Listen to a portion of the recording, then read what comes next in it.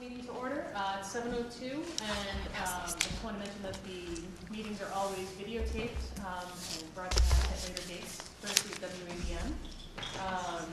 We have a number of things to cover tonight, and seeing a lot of people here tonight, I just want to sort of remind everyone, we have sections for citizens' comments, for anything not listed on the agenda that will come up later in the meeting, but usually we move pretty swiftly, so I'll start off by asking for a motion on minutes. Let's see here. I'll make a motion to approve the minutes from the February 4th, 2016 committee meeting as currently constituted. Second. Motion has been made and seconded. Any discussion? All in favor? That's 4-0.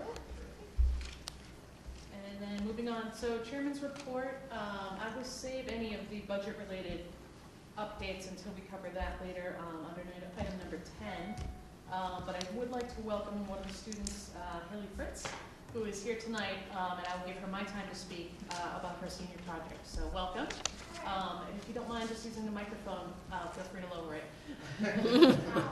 Yeah. There you go. You did that like you've done it before.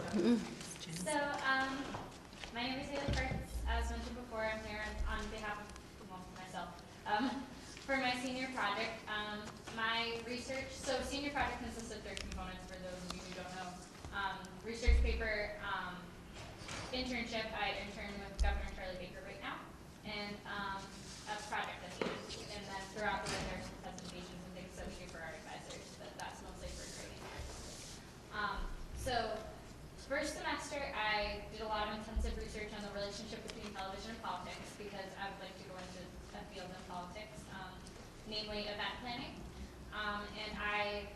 So I did my research first term, wrote a long paper on that, and then, as I mentioned before, I interned with Governor Charlie Baker as in constituent services, so I answer a lot of phone calls, things like that. And now I'm moving on to the project component, which is the final part. So I'm here today because for my project, I'm planning a political, let's see if I can say this is political panel discussion. Okay. And what that will entail is there will be 4 panelists. They will speak on the relationship between media and politics, sort of how modern technology has changed the way politicians campaign and how their careers have worked. So that will consist of people who work at universities, people who work in private strategy, and people who work as politicians. So my request today is I have sort of a petition. I've been calling it a petition, but I don't think that's exactly the right word. An invitation, I guess you might say as well, to Governor Charlie Baker as the keynote speaker. So as I mentioned before, there will be 4 panelists. I confirmed the first today. I'm very excited. His name is Dan Kennedy, and he's from Northeastern, and he's a blogger as well and a journalist. So I'm excited about that. But in addition to the 4 panelists, I wanted to have a keynote. And I thought, since I intern with the governor, either the governor or the lieutenant governor would be an excellent choice. So basically what I've been doing is I've been collecting signatures from community members. I just counted. So far there are 59. My goal originally was 100, but if I keep going to meetings like this, I have a feeling it's going to surpass that, which is a good feeling. So what I asked from you is just sort of to support it on behalf of the school committee, because I think it will compel the governor to come to speak at my panel. And I think that it's really important that you support it because it's an example of how Maynard education is working so well. And also I think that as well it's important for us to be politically active citizens and informed, especially with the election going on. So I'm trying to think if there's anything else I need to say, but I don't think so. Questions or comments? How did you get interested in politics? I'm just curious. I always liked history classes. I like debating, but I also like writing a lot, so I knew I didn't want to just be a decision maker. I sort of thought I would like the behind the scenes work so that I could keep, that's really my passion is writing, so I wanted to keep that element in it. And I also like to organize things, so. That's cool. Is it going to take place at Maynard High School? Yes, in the Maynard High School auditorium. The tentative date is April 28th. It's a Thursday from 7 p.m. to 8:30 p.m. And that date might change because, as I said, we invited the governor and we wanted to keep it flexible, but it's probably going to stay stagnant because the panelists that responded said that he could only do the 28th, and I think that's a little more important, probably. No governor panel can go on, no panel. Panel. You're gonna do very well in politics. So would you like us all to sign, or? Yes, I would, and we can pass it around the room as well. It would be nice if you would sign, there's a part that says greater organization. You could sign as school committee member or as community member, whichever you're more comfortable with. And in return for signing, the way that ticketing will work for the event is it's free. I'm not charging, but I am restricting it so that only people who are interested in serious can come. I don't want people trying to come to get out of class. Not that there's class, but coming to cause problems. Sure. And, but in return, I will give the school committee tickets, obviously. I think that expressing my thanks for your support is very important, so I felt that that was a fair way to do it. Great, great, yeah. I love the idea of it. Yeah. Especially, I don't know if anyone saw the article that was published online today. I think it was one of the major media outlets, CNN or Boston.com, but it was highlighting the dismal voting records of the 18 to 29-year-old population. Yeah. And especially in an election year, I think anything that we can do to bring awareness to the fact that we're looking at a series of very difficult decisions as a country is a wonderful thing. So kudos to you. Obviously, you're putting a lot of time and effort into this.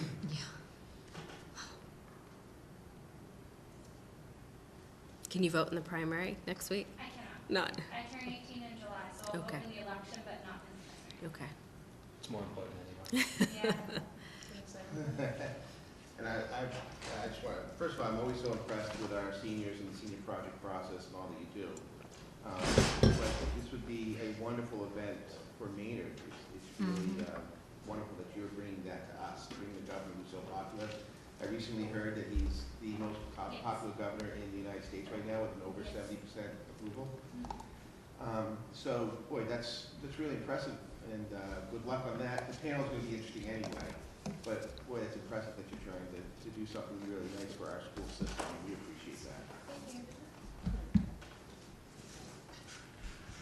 I want to just ask you, you're working in Governor Baker's office as well? So what's the one biggest surprise since you started working there? It's more relaxed than I thought it would be. Oh, yeah. I was really scared because I thought it would be really intense.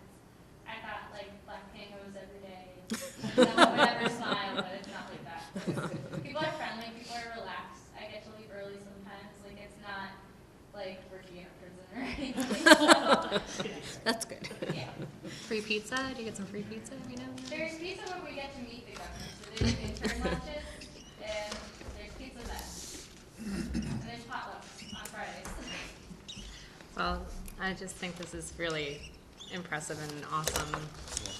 So I appreciate your wanting to get our support and being able to offer it too.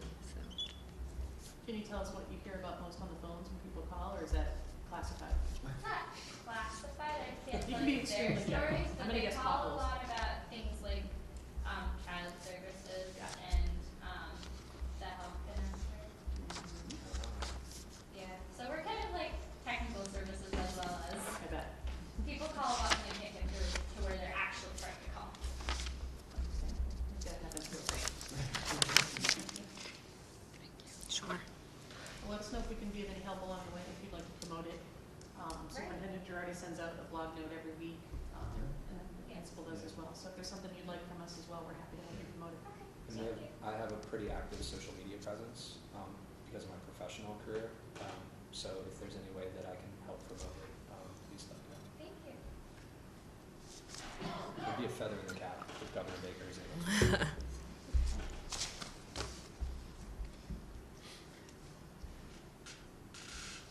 So, Hale, you were here when we had Representative Capuano. Yes, yes I was. I invited him Yeah, to be a panelist. that was, oh, did you? Is he Yes. going to do one of the panels? I don't know because he hasn't confirmed, but my friend Sierra interns in Yeah. that office right now with the contact who brought him to Maynard High. I'm not sure how that's gonna go since he was just here, but I'm hoping for the best since I have a connection. Yeah, it was just really impressive to have a representative here talk to our students as part of the Young Democrats and the Republicans Party brought him in. And it was really interesting. It was interesting to hear his take on social media as well. Yeah, I felt it was important. I was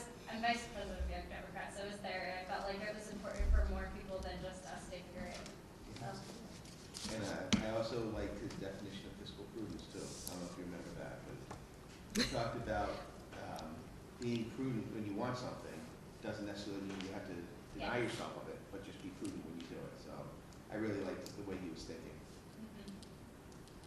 Makes you feel good that that's who's representing you. It does.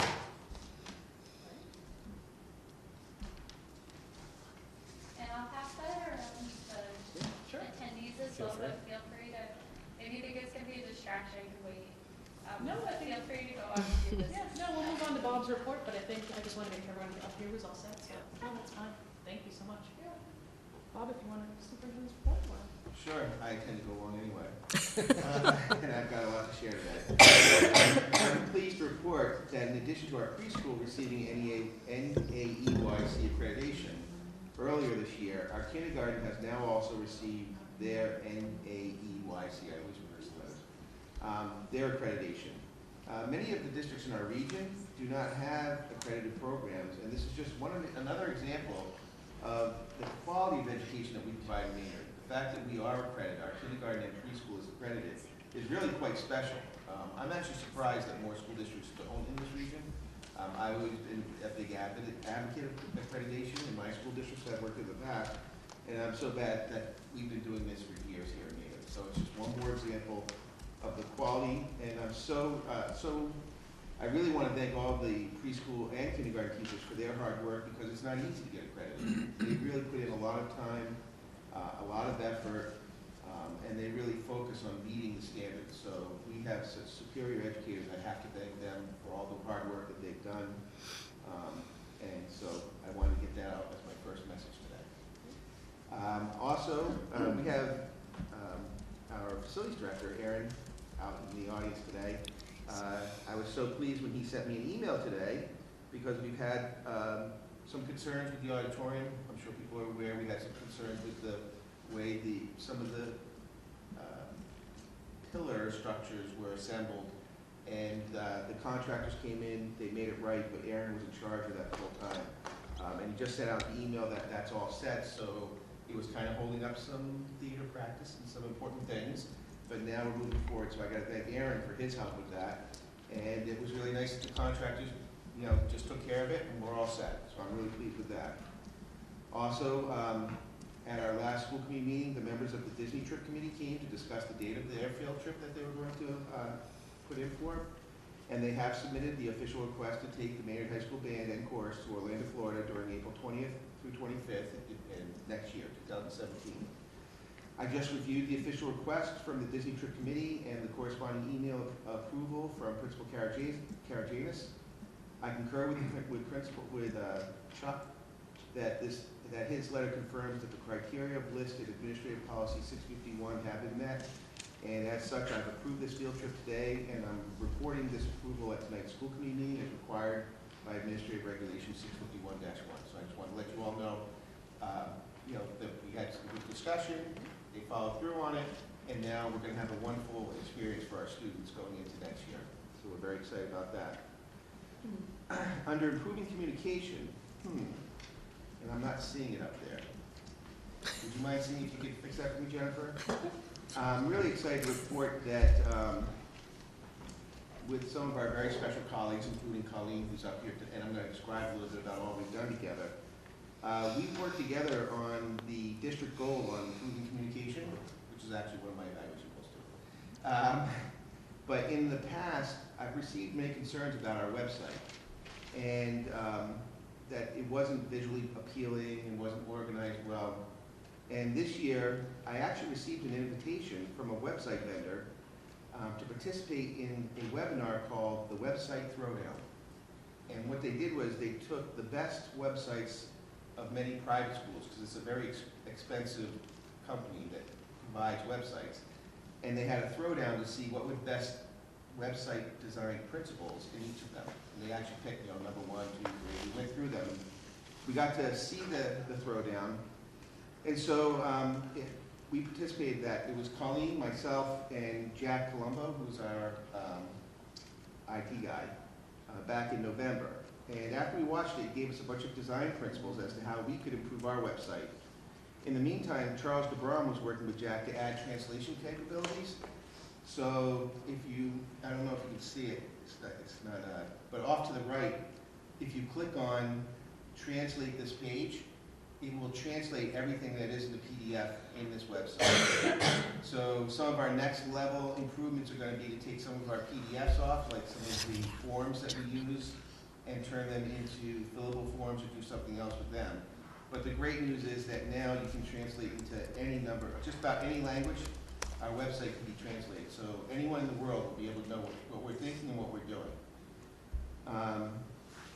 Some of the design principles that we learned included that it's necessary to have a visually appealing rotating picture at the top.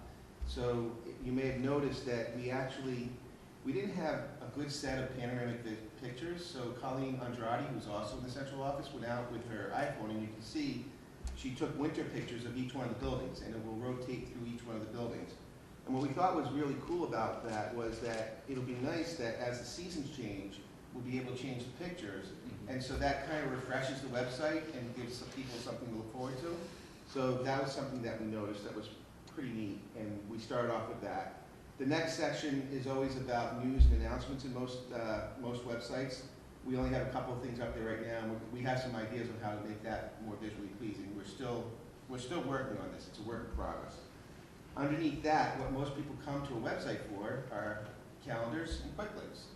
So it kind of made sense that we could have this one calendar that really should help people out as far as what's going on across the whole district, and those quick links are really helpful for people when they're just trying to go through it very quickly. And then on the bottom, this is something that a lot of people have asked us to do for a long time, and that's to publicize more how many different schools our students get accepted to. And as you can see, the crest from every school changes. It rotates through all the crests of all the different schools that students have been accepted to. And if you click on that link, it can give you a list. You can see the many, many colleges that our students get accepted to. So it can give you the actual detailed names if you don't have the patience to sit there and watch the crest. But it's, again, very visually appealing when you're looking at something else on the website to see all those crests of the, Springfield College and Rensselaer Institute of Technology. Pretty good. Pretty impressive that what the places our students go. So that's the beginning. The other thing is, if you want to click on, if you don't mind, Jennifer, if you just quickly click on the high school website, you'll notice that in the past we had different websites, but now they're all the same. They're going to be all the same format. So that's another marketing formula that you want everything to be consistent. Even though we really had a very pretty website for Green Meadow, everything is now going to be very consistent. All the same type of information and in the same order. And then Jennifer, at the top, what I'd like to do is just show you a couple of other ones that we saw at the Throwdown. So, yeah, the next one right there. This one, if you scroll to the very top, is Asheville School. And you can see they have the scrolling pictures. It's not so easy to see here. But then if you scroll up, they have kind of a fancy thing, but they have the news and events right up front. Like I said, that's our second category, is what's the newest events. They have that thing where you can keep seeing the pictures. That's an interesting statistic. They have a student-faculty ratio of 4:1. So you can see that our website now is an company of some pretty exclusive schools here. And then you can see where they identified all the colleges that they have student acceptance at. Keep going at the very bottom. Oh, okay, this one's the next one. And again, something visually appealing at the top. Westtown Now is their version of what's new, and the photo of the day. They have some pretty interesting statistics there, and I think further down, I like that section, the Did You Know section. So I think that's something we're going to develop too, because I don't know if everybody here knew, but Maynard High School is only one of 5 high schools that has its own radio tower, 500 megawatt radio tower. So we have a lot of Did You Knows that we could be sharing too. So I've gone on long enough about this. But I'm just so excited that we've improved our communication, we've professionalized our image, we've put up a really nice website that I think is going to be more user-friendly, so I'm really excited about that. That's great. It's already so much more professional, and I love the idea of getting the word out more, because I know that with all the great things that we have going on, we've always struggled with Getting the word out. because we always work on, jumping to the next great thing. great step forward, so thank you. Thank you. And you can see our core values up on the top that the school committee worked hard on. It's nice to have that as our signature logo there. So yeah, very excited. A lot of people Colleen did a lot of the work here. Colleen Moore, Colleen Andrade, and Jack Colombo, kudos to them, because they really did all the legwork, and they did a lot of the design work, you know. I can't thank them enough for their current work, the work they did, and the ongoing work that they're excited about doing. So, the last thing I want to talk about, I have some flyers out there about the documentary Most Likely to Succeed. And I just want to remind everybody about the upcoming presentation of the documentary Most Likely to Succeed on March 9th at Lincoln Sudbury Regional High School.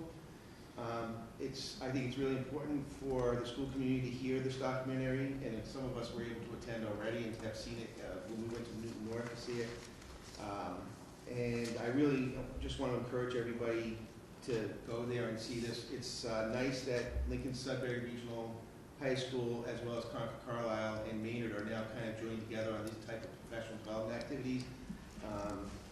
And so it's looking at education in a very different way. By the way, I have the book too. And I just want to share a couple of passages. I promise I won't be long, I'm almost done.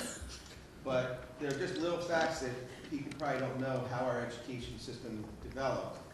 And they put out some ideas on how it should change. And I think we need to put out some ideas about how it should change for Maynard and think about Maynard. And that's what we've been doing very thoughtfully. In fact, Jennifer's going to have a nice presentation about career pathways, or not career, interest pathways, which is a little different, but it might get at the heart of some of the concerns that this book raises. So one of the things I was shocked at was the impetus for our current education system came 7 centuries ago. As demand arose in religious societies for copies of the Holy Bible, a set of Latin grammar schools emerged to train monks and priests for the exacting task of transcribing the Holy Bible, word for every Latin word. Each new copy had to be indistinguishable from its predecessor. These grammar books revolved around 4 core educational principles: standardization, time efficiency, minimization of error, and intolerance to accidental or, God forbid, creative departures from the norm. In the 18th century, innovation in education came from an unlikely source, the Prussians. Devastated by a military defeat at the hands of Napoleon, they introduced a compulsory 8-year regimen of primary education that focused on reading, writing, and arithmetic. They invented the idea of grades, classes, subjects, and so they created really the foundation of what we now know as education. This is where we all know a lot of us have lived through this. As our nation headed into the 21st century, we faced an existential choice. We could completely redesign our educational system, the position advocated by leaders like Ted Sizer, founder of the Coalition for Essential Schools in 1984. We could push our existing system harder for incremental improvements and rely on politics calling for curriculum homogeneity, more pervasive standardized testing, and teacher accountability tied to the state student test score performances. The United States made the exact wrong bet, choosing to double down on our obsolete education system. It goes on, in short, the United States picked the wrong goal and failed at it. And so they're going to show us, in the documentary, they're going to show us a school that really looks at things differently. We've read books like The Smartest Kids in the World that talk about how internationally they don't necessarily teach in silos. So at the high school, they don't teach algebra, just algebra. They connect algebra and geometry so it becomes more relevant. And we're looking at ways to make things relevant, make education relevant.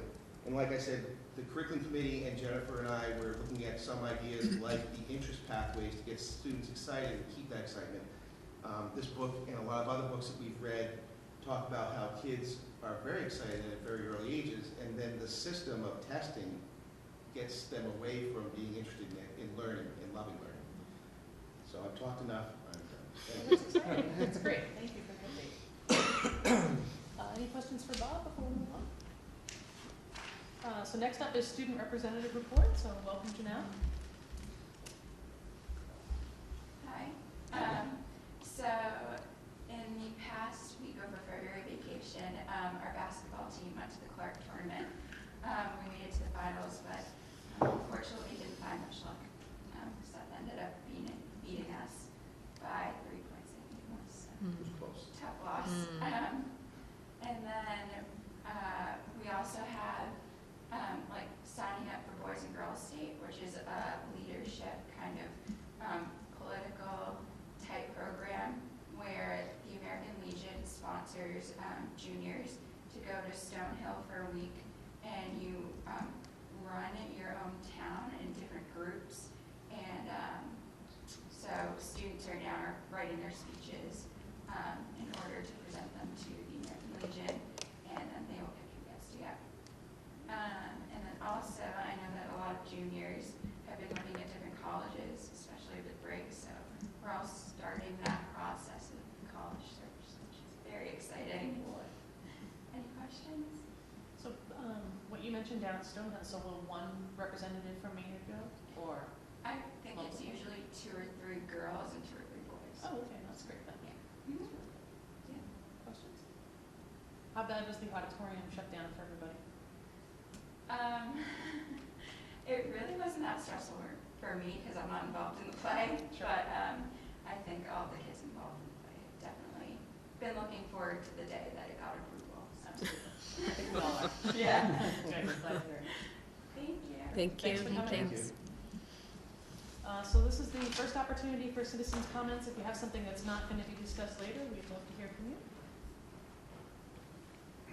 Hearing nothing, we will move along to the town school custodian consolidation update. Welcome, Andrew. Thanks for having me, everyone. I'm going to give you all a quick handout. I will say, before I start why I'm here, it's my second visit to the Fowler today, and it's my 3rd or 4th interaction with Miss Sally Fritz. And I have to say that what I did this morning at the Fowler was a celebration of the Bridges Together program, and all the interactions I see with Hallie are incredible, and both of these programs are a compliment to what's going on in the schools. A small sample for me, I don't get to schools all that often, but every time I come here, I'm like, wow, there's some really neat things happening to me. So that's nice to see. And Ms. Fritz is over the top here. All that she's doing for this event in April is a lot of work for a teenager, a lot of work for an adult to coordinate. She's also working on a Girl Scout Gold Award, which is similar to a Boy Scout, Eagle Scout award, if you're more familiar with that. It's probably far more complex than this event in April with the governor being invited. And she's doing it simultaneously. So I don't know whether she studies or sleeps or what. She's got a lot of energy and she does some really quality things. So the reason I'm here, about a year ago, going back even a little further than that, the town and the schools started talking about working more collaboratively with our housekeeping programs and our facilities department. I won't take you through all the different little steps of it, but a little less than a year ago, we hired Aaron McClusko, who's already been referred to once tonight, and he's our facilities manager. And somewhat informally for the past 8 months or so, he has been working on managing this housekeeping group in a way that we would like to make more permanent. And it's not, we don't want the solution that we're looking for to be dependent on a person. Aaron's excellent at what he does, but we want to set up the structure so that it works for the long term, regardless of who's in charge of what. So anyway, we put together this very quick org chart to show you, really this is the as-is, what's in blue in front of you. It's basically just showing you how we're managing things right now. One position that's labeled head custodian is vacant, but we do envision it as a part of the whole in the future. On the periphery of that document are 3 text boxes that don't have any color on them, just the black text. And those are sort of comments I want to refer to tonight. So on the far left, it says MM, that's the maintenance mechanic. So that role is on the town side, but that person we envision working in different ways, not really that person, that position, working in different ways, complementing what's going on with facilities management across the whole town and school system. There has been far too little attention given to our long-term planning and facilities management, and we need to have some staff that just focus on that.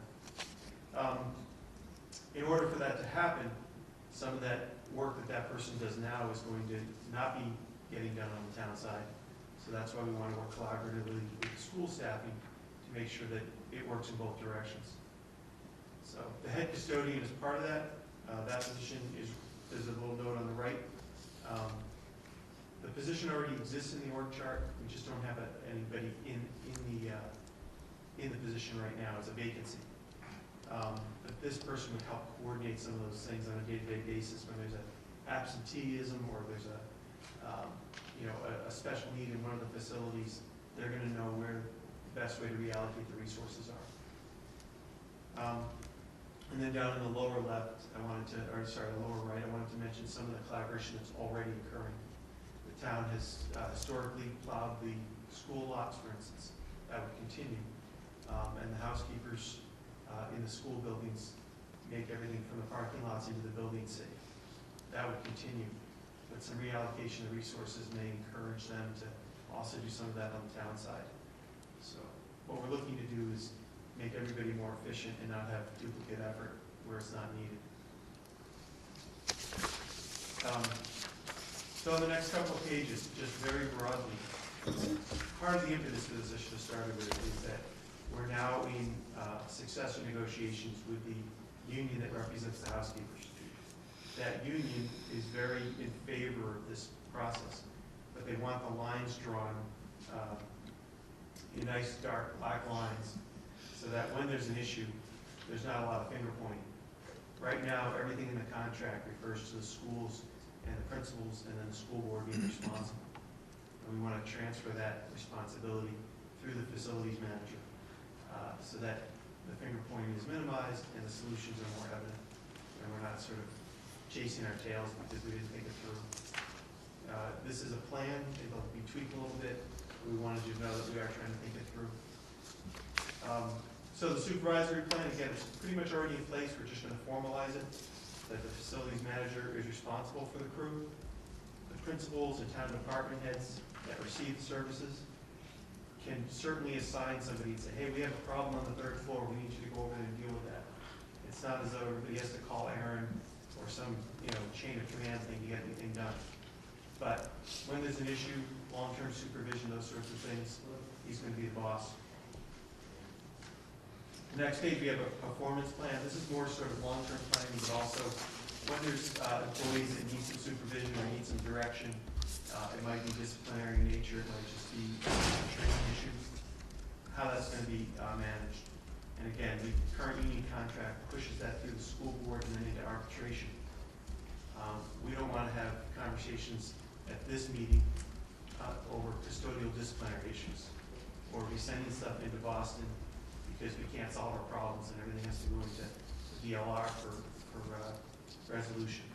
We think we can handle it differently, and we just want to formalize that in the contract. And then the last page talks about some of the changes that will start to happen. And it's well known that the schools' needs change seasonally, so do the towns. And the ability to rotate our resources around to cover those high-need areas, specific time or day, to accommodate all the service needs, it's going to be good for everybody. But who makes that decision? If you have absentee at, say, the middle school, does the principal call the high school and say, hey, can you send somebody over? And that person says, I'm short too. And so by having a central focus through the manager, we think we can get that coordinated more efficiently and keep everyone happy. And then we're going to use the town and school resources more efficiently, whether it's equipment or staff. It's just, we just feel it's going to be a better collaboration and kind of a win for everybody. We didn't want to do this sort of in the dark without talking to the school committee about it. So this is information for you, and then any feedback, you don't need to provide it instantly, but we'll listen.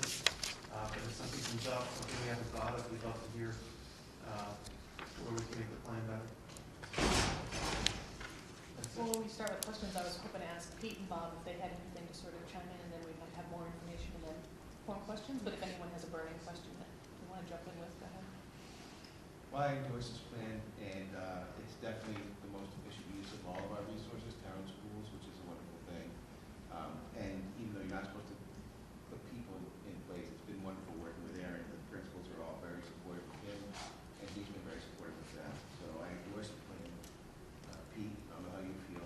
No, I echo what Bob said. We've, excuse me, since Aaron came on board almost a year ago, things are an order of magnitude different and better, okay, within the organization. Aaron and I talk all the time, and I think that's working out well. I mean, this is the way to go. And, any kinks that come up, you address them and iron them out, but it should work well. And the town has kept Pete and I in the loop as well, by the way. Even though we have the upper level leadership meetings, there are times when the town administrator and Pete and I meet with Andrew. They've kept us in the loop about all these ideas, so, we've kind of been part of the development of this as well. And then just, and maybe you touched on this, so I apologize, but just as far as, let's say we had attrition for unexpected reasons, how would the hiring process work? So we've actually just gone through that. So Aaron and one of the school principals, I believe is Green Meadow, recently made an offer for hiring, and we would envision that continuing. When Aaron was hired, Pete sat on the search committee. So, this is not something new. It's the right way to do things. We just need to formalize some of it. But absolutely, we want the schools to be a partner. We want to be a partner of the schools, and that's where we go. Andrew, has there been any, as you guys are negotiating this with the union, has there been any pushback from the custodians with regards to the centralization? Or are they also on board? I'm just curious. Today, okay. So, more than a year ago, before Aaron was hired and we were starting to talk about this stuff, there was, everyone's afraid of change kind of stuff. We met with them, we talked about the good, the bad, the ugly. Their biggest concern was being assigned to buildings that they didn't already work in, sort of arbitrarily. And we actually were looking at doing housekeeping on a team-wide basis, and we took that off the table. We heard their feedback and the pros and cons of having people who are focused on one facility primarily, and the advantages of that outweighed the group work. But at the same time, they understood that sometimes we're going to have to reassign resources, and they were willing to do that. They just wanted to sort of have a home. Makes And sense, so okay. They're on board now. They, having worked with us for a year, having worked with Aaron for 8 or 10 months, is part of that relaxing of the fear. But it's all about the communication too. We started a while back, taking baby steps. That's great, thanks. So I'm just wondering, I am all for this. I really applaud that you're doing this. I really appreciate having the effort to really be mindful about planning and moving forward and making sure that people's roles are clear, and it just makes things run better and that communication is in place. And I would just love, as you move forward, what do you envision, what will this end up looking like? Like, what will there be to show? This was literally put together this week, tonight. This is just sort of a snapshot of all of our thinking. Yeah. We are in active negotiations. We actually meet with the union again on Monday morning. Okay. And that agreement was developed over many years by the schools. The town's taking its first look at it. It's very solid. There's a lot of things in that contract that I wish were in other town contracts. But like any of these collective bargaining agreements, there's plenty of things to change too. We've already met with them and told them what some of those things are that we want to tweak a little bit. But this type of stuff, sort of not so much the org chart, but the chain of command type stuff, the disciplinary process and so on, the evaluation process, those things will be formalized in that agreement. And they're not dramatically different than this. In some cases, it's going to be changing school committee to town of Maynard, something like that. Very good. Great. Thank you. Having been in the room with Pete the first few times that we met as a group and remembering sort of the confusion and the concern, I just want to compliment everyone in the room for coming to such a productive conclusion. It seems like this is a very workable plan, and I'm really pleased to hear from all the constituents that are part of this process that everyone is in favor of this. So I think you deserve a lot of credit for sort of steering the ship on this, Andrew, and I really appreciate it. Thanks, I've hit the rocks a few times, but this one's been pretty smooth sailing. You don't seem too worse for the wear, so. Thank you for the update. Can I make a point? Sure. Citizens, comment? Sure. My name's Ed Mullen, some of the people, I've been there 3 years, and I didn't realize that it's kind of discourteous, like, I can't hear Oh. a lot of the commentary, like, I wanted to hear that young lady speak, Oh, okay. and when Anna spoke, the back is to the public, this is a public forum. Gotcha. And I would recommend in future meetings that either the people speak from there so that the public can hear them. Sure. You know, of course I'm older, so I can't hear a lot, but I wanted to hear that young lady speak. Okay. And it would be my recommendation for the mic to go over there. I don't know if you're still publicizing the meetings on the TV, but so that both the committee, which is the essence of it, and the citizens could essentially hear what's going on. That's a great point. Thanks, Ed. Thank you, Ed. That's great. That's a great point. Turn the mic around. That's what I was just gonna do. Yeah, do it now. There we go. Well, you could do it over there so all of us Yeah. would hear We've it. got long wires, that's a good point. Yeah. I'm sorry, I won't be coming to any more meetings. Oh, we're only moving Maybe it, a couple. we're only moving it for one meeting. And I can say with all honesty, it's never a dull room when you're here, so. And you're always welcome. Oh, thank you very much.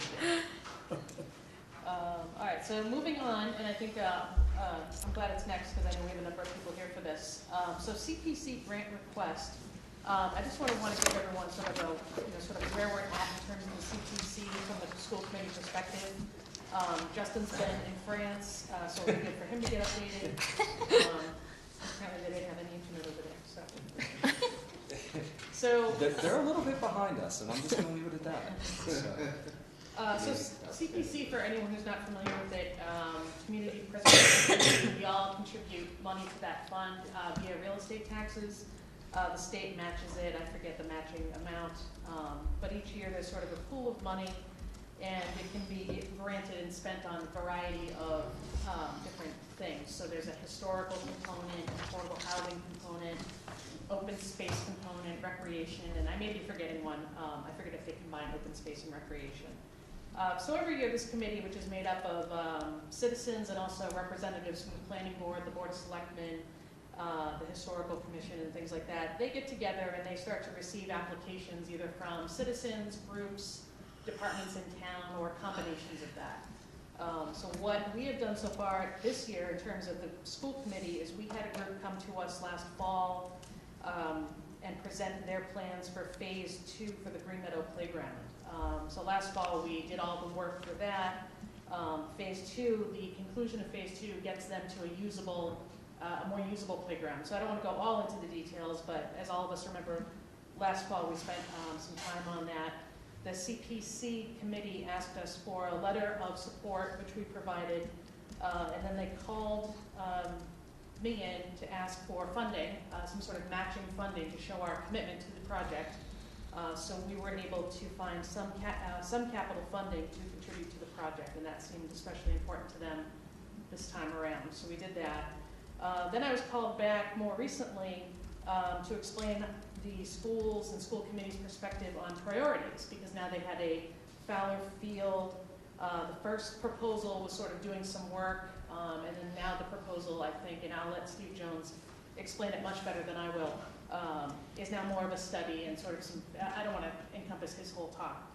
So basically, while I was at that meeting, I sort of covered the history where we were at last fall in this process, explained that that's still our point. You know, we went through all this, we'd like to close out that project, and then I certainly made sure that Steve knew we would like to see him and hear his thoughts, and I know he's representing other groups in town. So tonight, Steve is on the agenda, and again with some folks, and we'd love to hear what you've done. I know you've done a lot of work on this, so thank you for making the time tonight. Thank you, and thank you, Wade, for all the old guys sitting in the background. Hey, I can't see that well. So, yeah, so I am treasurer of the rec commission, he's one of the representatives on the CPC. Peter Falzone is accompanying me, he's the president of the rec commission. Aaron and myself have worked on the plan that I submitted to you tonight that we gave as far as trying to get a design plan which would be the best use of the Fowler field, as well as biddable specifications on what it would take to construct a proper field. When the school was first built, they didn't go through the entire process of what would be necessary to make a good field that drains and grows grass and is safe and usable.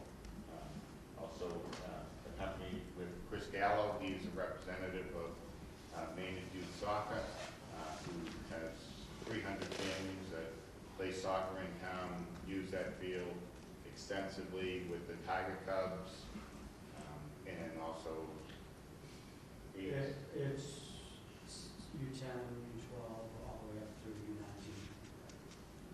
so that's the town side of the use of the field. I'm also the girls varsity soccer coach. We have middle school kids playing on there, boys and girls, JV and varsity playing or practicing all. So a lot of times during the fall is varsity practices are up against the fence or in any corner we have, depending upon what's going on, what's going. I guess I made a terrible misjudgment on what would be the level of support from the school committee when I first started this program process. I had done it once before in 2008, got the school committee and superintendent's approval, but there were siting issues as far as where the new high school was going to go, and one of the plans was that it might go where Fowler is, so it was put on a back burner and it kind of fell off the radar. I'd say my catalyst of why I really went back and started to do this again is I've had a player that's played for me for 2 years, and she had a lot of structure problems with her feet and was able to play, really good player, always playing in pain, went through it, had to go through all kinds of surgery. First year back, she was going to get to play as a junior. Preseason game, she gets knocked down on that field, breaks her collarbone, she's out for an entire year. Don't even know if she'll come back and play next year. So the field conditions out there are really not much different than playing on this carpet right here.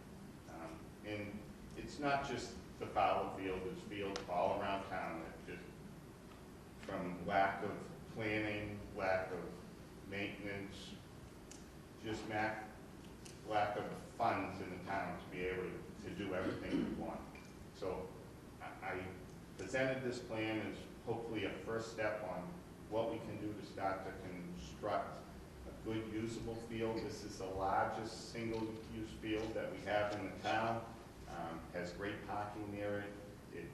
It's really accessible, and it has a great potential to take a lot of pressure off the other fields, because we have to overuse them because we have so little space that we can get out there and play. So we submitted the plan. Part of the CPC process is that I will need a letter saying that you guys support this. It won't be any money. We're not here asking for any money from the school at all. This is CPC funds for the design and biddable construction plan. And if you have any questions for myself, Aaron helped make this plan. We looked over it, we went through it, and pretty much felt that this was a good plan for us going through. And if you have any for youth soccer or other rec board, be glad to answer those. I have a general field question. So we've done Tiger Cubs, so a number of us use the field as well, so I think we all understand sort of the field needs work. I don't think there's any argument about that. I don't want to speak for people, but I know at least our kids play there. What goes on at Rockland? Like, what sports and who's playing there? So Rockland, well, Because I know that had some work done. Yeah, Rockland right now is being used primarily by Maynard Youth Soccer, Community soccer. and that is used for the majority of U8 and U10 soccer. So if you 8 and 10, or if you 10, 12, and 19 are at Fowler, 8 and 10 also are at Rockland. Yeah, we It's just have higher. to split it up based on schedule. I'm more just looking at like Yeah. inventory. Yeah. I'd say about a third of the teams play down at Rockland. And that field we're working on right now, we just bought a sprinkler for Rockland to irrigate it. We just got water down there. So we're really looking to go at Rockland this spring. But in the meantime, what we're trying to do is set it up so half the field is sitting free while and then playing the grass. Oh, So we can close. at least get half and half. Right. So that means we have to reduce the amount of playing time down there, and then we have to spread that. Okay. With that, alumni close down quite a bit in the spring, so that I can have time to rest and kids can go back there in the fall. And what soccer happens at alumni? Is it just the actual games? No practices around alumni, Okay. it's strictly games. Yep. And so that's split between youth soccer, football, high school sports. Oh, sure. Baseball. Yeah, Little League also uses. Steve, do you have a sense if the CPC grants these funds and the study's done down the road, do we have a sense of like scope of the project, and will it be something eventually you're gonna say, because I feel like they are fields that students, Maynard students, are playing on, so it makes sense that we should be involved. But do we have any ballpark figure of, you know, next year, just in terms of dollar amount? I know that you won't know for sure until you guys do the study. So a big piece of what this plan, Don actually really spurred us into getting this thorough plan to go forward. And so the big part of what we're trying to do is get those hard numbers. Yeah. Rather than just what the guess will be, because the field needs to be graded. It doesn't drain properly. You Okay. get a lot of Yeah. rain, and it's pretty swampy until you get to the back corner, and then it's this part's dry, that part's wet. So it's an issue. There's also a very thin amount of loam that's on top of that, so the grass doesn't Not really good, get yeah. a good grip and gets beaten off really quick with all that fun. So I was looking at the capital plan from the town, so Andrew, who was just here, you know, they're sort of starting to put placeholders in place for all, I mean, the variety of things we need to get done over the years. And one thing that I was trying to find out, because I had said for a while it wasn't on the capital plan, it's one of the reasons I think it got lost in the cracks. And that's just a spreadsheet thing, that's no one's fault, or that's not my point. So when I looked on it, I wish Andrew had stayed, I didn't think to ask him. So on FY17, they show the playground for 150, meaning they're hoping to get the 150 probably through the CPC. And I'm asking Aaron, I guess, so on FY18, which is the following year, I saw Fowler Fields, $350,000. So I forget exactly, I think I asked Andrew, but I can't remember his answer as far as why it was in FY18, and also like how good do we feel about that number. And even if it's a guesstimate, like that answer is just as fine as it's a hard estimate. It just sort of tells us where we're all at. Yeah, those were, so that 350,000 is a placeholder. Yeah. And I think it's probably a little high Yeah. for that field, just for the field work and the irrigation. And depending on what else you want to put on that field or Sure. whatever needs to be removed, whether, you know, part of the design, and we'll be looking to bring in a landscape architect, bring in an engineer to see what else would be feasible, to, you know, whether to remove a softball field, or remove the baseball field, or add goalposts or whatever it may be, to best utilize that field for the town. That FY18 was a placeholder. Okay. So- That could be moved around, depending on if the designs are done this year, that obviously could be there. I mean, the capital plan is always evolving, and it's Oh, always sure. moving, so, depending on what gets funded, for town meeting for other capital projects, there's gonna be, you know, I think the town administrator recommended $750,000 for capital, this year's town, meeting, and I think the total for the year was request like $6 million. Yeah. After, you know, dust settles, all those numbers are gonna change again. Right. Fair enough. More questions? Yeah, I guess, so I understand, I've been seeing how it's evolved with the playground, because they had a very similar kind of study to see what would need to get in place so that it's usable, and it's just a lot of money. I mean, it just costs a lot to do the regrading, so I can totally get that, and that you want to do it right and have it actually drain. So I guess the questions that I have, first of all, I understand the need for this too, and I really appreciate that you're bringing it back up and getting it back on the table, and that there's so much support for it. And my son is like a jock. I don't know what the kid is going to be like using that field like nobody's business when his turn comes. But so I guess the questions I have just relate to trying to understand the long-term plan and how this moves forward. So you put in the 30,000 to do the plan, and then I know that there was a lot of conversation about how you are able to have the maintenance happening, making sure that it's continuing to grow grass when people are using it so much. And I saw that there's still negotiations going on about some of that and about other potential funding sources, because the CPC won't be able to cover all the funding. Right, and we don't, CPC can't do any maintenance. That's not what Right. they do. They can build a field and, Right. and get it into a condition, but it does not do any maintenance. So working with things like Maynard Youth Soccer and other clubs in the town is just the fact that we could have, and there's a business owner in town, corporate sponsorship for the maintenance on those fields. And I think the number would be, if you had a field that was well constructed, requires a lot less and it's more effective what you do to it, that we could get enough people that you could set it up so that it no longer becomes a, you'd be mowing it, but you'd no longer be worried about the fertilizer. There'd be an outside company coming in, doing what needs to be done every year when it's needed to be done. And obviously Aaron would be the person that would be in charge of, another thing on his team. Money for ground maintenance is an operational expense built into the school budget as there. There's a number that's in there as a placeholder. Obviously, maintenance, the equipment, the materials, that costs money.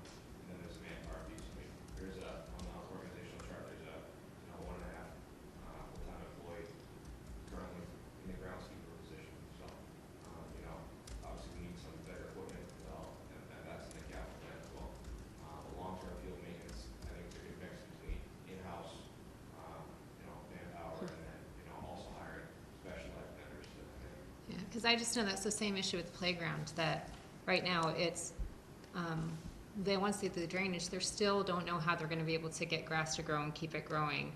And it's just sand and their kids playing on. So I just know that that's a real issue, and how we are able to get the maintenance required at all the school grounds, really, where you have the kids that need to be able to get out there. And I'm so all about getting them outside too. So, so that's something that I would like to really see thoughtfully addressed moving forward. And then the other question is just, and you'll probably be able to answer this, Steve, is, we've committed to the playground project that has a finite end date because they're doing this phase 2 this summer, and that's the end of what they'll be requesting from the CPC. And so I would not feel comfortable, given that we've already supported the playground project for this year, if supporting this could mean you're competing for the same pot of money, then that's just a concern for me, as far as I won't want to jeopardize what the CPC would be willing and able to give to the playground project, because you're competing for the same funds. Are they in different areas? Because I know there are different They would be areas. out of the same budgeted reserve fund. They're not really competing, because what we have to do as a CPC is try to use money that has the best effect for all of the citizens of Maine. So, I can't speak of how anything gets voted or anything like that, because I'm only one vote on that thing. But to tell you the truth, I don't look at them as at all competing. I wouldn't vote for one and not vote for another because I thought one was better or not. But and that's only personal. Yeah. I honestly think the merits are two different things. Yeah. They're not really competing. I just can't imagine, having seen a lot of that process and being in a lot of the meetings for the CPC and looking at how it's going with the playground, I just can't imagine they wouldn't consider, think of it as schools, like investing in the schools, and in some way, it's just hard psychologically not to think of it as some of the same money that you're putting forward and consider dropping down one for another. And I don't not want to fund this. It's just the timing of it and what we've committed to. And I just wouldn't want to jeopardize that because Is there a way, because I feel like this is a great project, and I'm so thankful that you're working to do this for the fields and for the town. I wonder, is there a way to give our support? Would the CPC ever ask the question of, in terms of priorities? I feel like we've given our support to that project. I'm totally comfortable voting to give my support to this. I mean, I know we're giving funds, we're putting funds forward for the playground project. So I don't know how that looks. Again, like I know you're on the CPC, so I don't know how that's weighed. Will they look at it and say, well, they've put dollars behind this one?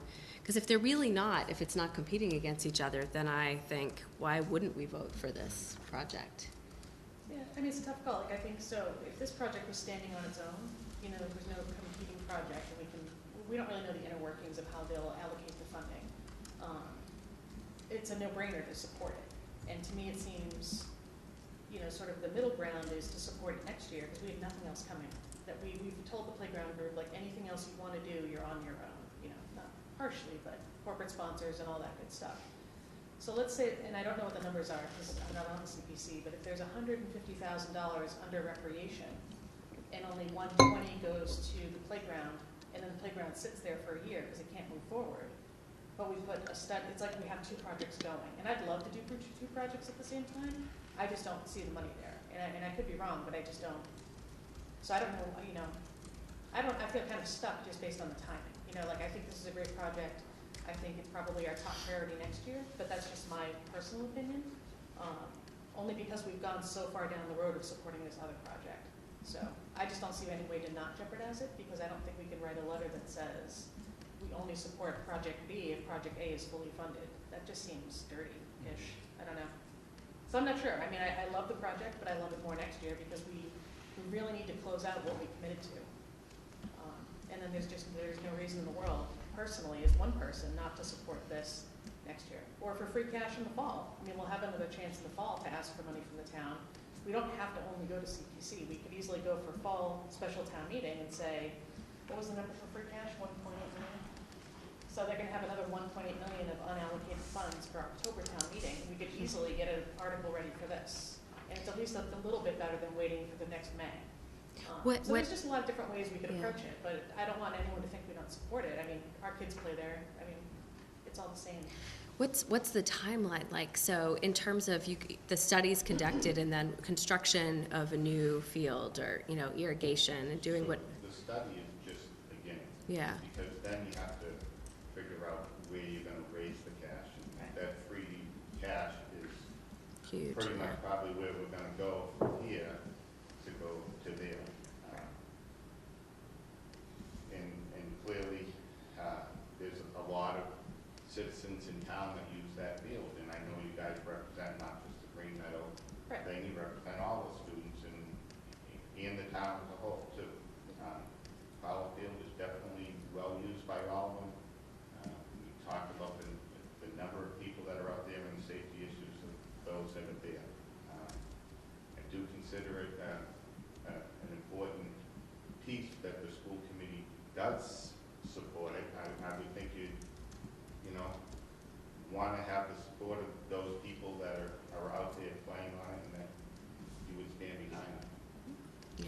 I don't think it's know a that question matter. that we stand behind them like that. I mean, so I don't want you to in any way think that. It's just the where we're at in the process as far as just the timing of it and what's come up. So I'm sorry, I spoke over. I've been waiting patiently, and thankfully most of you have already asked the questions that I would have posed anyway. But I'm having a really hard time separating the two projects in my mind, because I'm sitting here as a representative of the schools, and we're looking at two projects that are being presented to the CPC that are part of the school property. You know, we're looking at a playground project and we're looking at a field project. And I know you're saying as a CPC member that you see them in very different categories. I have to say I don't see that. And I'm really wrestling with the idea that I have two children that play on these fields. I've had 3 ACL surgeries, and I run around as a volunteer coach out there on those fields. So safety is obviously a major priority of mine. But my underlying concern is that we have already gone a long way down the path on this first project. And we've already submitted a letter in support of that. And I want to be very careful as a group that by supporting this second project, we're not undermining the work that's already been done on the first project. So that's where I'm wrestling with it, because this feels very late in the game. I have to say, part of our thinking when we went through the process with the Green Meadow Playground, we were all in conversation about the fact that we have young children who are in Green Meadow. But we thought about the system as a whole, and we thought, you know what, we have the new high school, Fowler just got their new playground, Green Meadow hasn't had something, a new project. So that was part of our thinking. I still say that I would love to support both, so that's where I stand. I think they're both great. Yeah.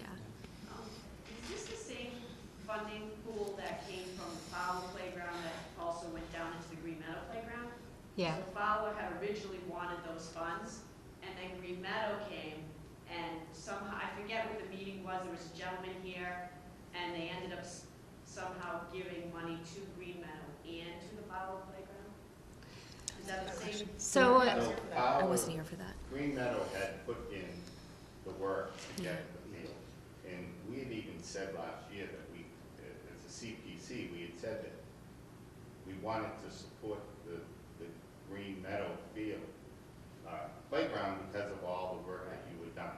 I mean, to have a group that has worked as hard as this group has worked on it has really, you know, showed that there's a lot of dedication to doing that. But it was the previous school committee that wanted that built first. Right. And there was warnings that there were limited funds and, you know, that by doing one, you might be stopping the other one. And they went on and did what they did. And so, Can I ask a question? If for some reason we came up with some sort of way out of this, could you do the study in the fall if we got free cash for it? Or do you have to have it be nice weather? no.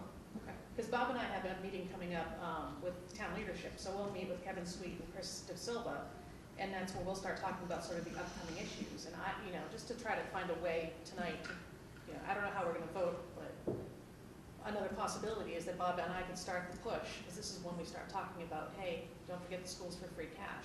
And I hear the support from the school committee for the project, and if that's a way to get the first one So, closed out. I'd like to make a point, is that we were also, Aaron was at the CPC meeting, was that last night? Last night, Wednesday night, whatever. Yeah. And so, the Green Meadow project, they feel like they're gonna start this summer on it. And even if the money was approved, it has to go through the bid process and everything. And we've pretty come to the conclusion that it's not gonna be this summer, it wouldn't be the next summer no matter what. I personally don't think it'll be fixed till my kids at Fowler, so I don't, Well, you know, that's the way it always yeah. goes. All my kids graduated. Yeah, I mean, That's the we're, you way know, it goes for we get a lot of everything. flack for being Green Meadow parents, but since I've been in government so long, I know that any decision we make for that school, we won't see. I mean, people won't believe it because we're all in the same school, but we Yeah. really think of Could I everybody, ask so. a question? Is the $30,000 the money you're worried about? I need $150,000 to close out that playground project, because with 120, it will sit for an entire year, because it won't be fully funded, because it's ready to be finished. It seems to me, and believe me, $30,000 is a lot of money, but then to me, it isn't to initiate a plan. Right. And this seems like I was on the tail end of that Green Meadow project, but in any case, if I was sitting over there, I don't think I'd be concerned that you were underestimating or going against the Green Meadow project, because it seems like you've all committed to that, and I applaud that. But the $30,000 is a lot, but to me, in the scope of a big thing, it isn't. Right. And to initiate a plan on the field seems to me a real valuable thing to the community and to the kids involved. I mean, Right. all three of So my one point- granddaughters play Hold on. soccer, so I mean, if we knew that the CPC had already voted, and it's almost the end of their cycle, so we're really at the end of, this is really like, if we knew we had the money to close out the playground and that there was an additional 30,000, this would be a very simple conversation. So just so you know, I'm the treasurer of the CPC also, in budgeted reserve, which would be for these projects, is $226,000. I hear you, we just don't know, so we don't know what's, So you know, both of them can be done. right, What gets done will be what they decide they want to spend their money. right. Exactly. So it's not, that's why it's really not competing. Steve, how much of the funds that are being asked for right now? Those are the only two recreation funds. Right, Going because the field toward that. house is not really happening this year, right? That's the Field other house project we money didn't has really know been about. allocated, Right. it's Yeah. already gone. So we're only asking for 180,000 total, rather than 220. Right. Jen? Excuse me, I just have a little bit of a different viewpoint to maybe think about. Sure. It sounds like you're struggling with, you're trying to prioritize what's most important in terms of the order, where the prioritization really lies with the CPC. Right. So you're trying to preempt a decision that has nothing to do with you in some way. Because you've made your commitment, it is a priority, but time marches on, and you're already, so you've done that commitment, you're ready to go, and now you've got to keep moving on all the other priorities for the school and for our community. So it's kind of like you're making a little bit of a priority decision that isn't yours to make. If that, just where you're struggling between the two ideas, just a different way to think about it. Yeah, no, I think that's helpful. I think if you were asking us for money from the school, I think I'd feel perhaps conflicted. I'm all in favor. I would like to make a motion to approve support for the Fowler Field study project. I And would know like to make people- another comment Yeah, before. okay, go for it. Can I do that? Yeah. So second it just for discussion? So you make a second? What do I do? So you second it. I second And then your we have motion discussion. to approve this, for the school committee to approve this CPC application. I just don't, I totally appreciate what you're saying, and yet in the process that I've seen with the CPC and the way that it's gone down, I feel like they do feel like if it's a similar pot of money, that they are going to, that there's a certain amount that they'll kind of be willing to put towards schools and they'll allocate it. Like if they end up competing, even if in some people's minds they're not. Just from what I've seen on the way, I'm sorry, let me just finish the thought and then you can absolutely say whatever you'd like to respond. I just feel like from what I've seen of the group and the different people in the group that not everyone sees it as not competing. So in that sense, I think it is in our interest, and especially with some of what I've seen happen in the past, I think it is in our interest to consider whether or not we are sending a mixed message by supporting several projects at the same time. Because it could bite into one or the other. That's just what I've seen. Go ahead. So there is enough money to do both projects. The CPC will look at for what they think is the value of what they should be giving toward the Green Meadow project or the Fowler project. And they all still have to go to town meeting and vote on. So that really is whether it goes through or not. So that being said, because of the golf course purchase, the monies for recreation grows very slowly. $116,000 goes off to the golf course every year, and that's a 20-year commitment before that drops off of that.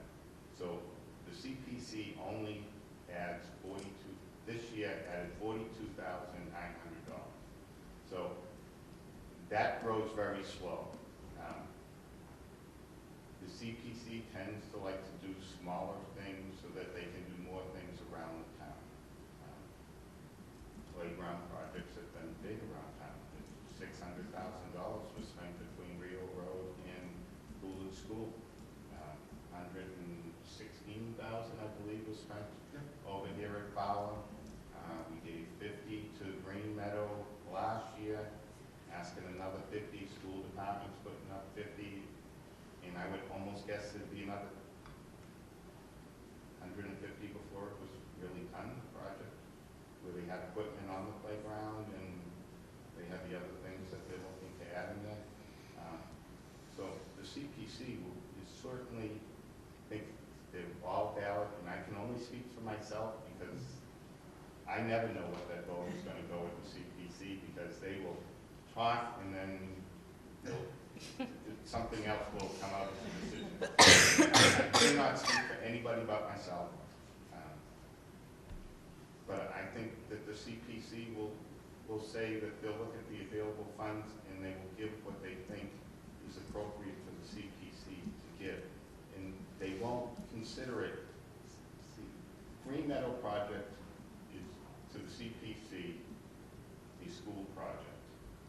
The Fowler Field, coming from a recreation end of it, is a recreation town field project. I know it's in the campus of the school. I know you guys are thinking of it all as one school, but to us, it's really a town recreation project. So that's why they'll get completely different consideration.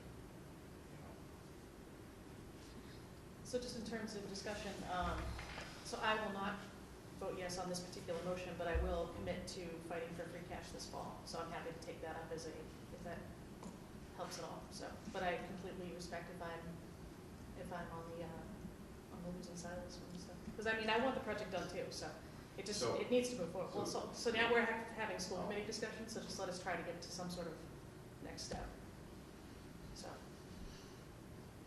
So motion was made and seconded. Yep, so all in favor? Opposed? So the motion does not carry. We could keep going. That was just one motion. So I know my you want to only speak. point is that if there is a gap in the funding on the Green Meadow project, that would also be a good candidate for free cash. Sure. And Absolutely. it All would- school projects are great candidates for free cash. So that would get the field moving in the right direction sooner rather than later, without being, just delaying one in order to support another. I understand. Thank you. Thank you. All right. Can I speak Sure. one more time? Yes, of course. I heard, when I was on that committee a couple of years ago, I mentioned the fact that, and I heard the stuff about the field house. Now, I believe that is in the school committee's purview, so in my opinion, that is an upcoming priority, and that and the stands at Alumni Field. You said it? So Erin can give an update on the first one if you don't mind, and I saw the fields in the long-term capital plan of the town. So that's on there too. I saw a $500,000 estimate for that one. For what, the field house? For the stands. Oh, the stands. But I know Oh, that, yeah. but Erin has the latest on the field house, if you don't mind. Yeah, so, An update. so the field house right now, Thank you, Erin. and we actually discussed about the field house, we met a couple months ago and talked about it, but for everybody else, so the funding was approved from the CPC to do a feasibility study. And that was last year, I think. Correct. Yeah. So, we've kind of tweaked that a little bit, and, I went through the building commissioner and also the town engineer, who were the facility, now the instruction sound. So we're gonna be putting out an RFQ, request for qualifications for a design firm to come in and, kind of give us a design and, construction documents and price estimate, cost estimate for turning that, repurposing that field house into an actual usable facility.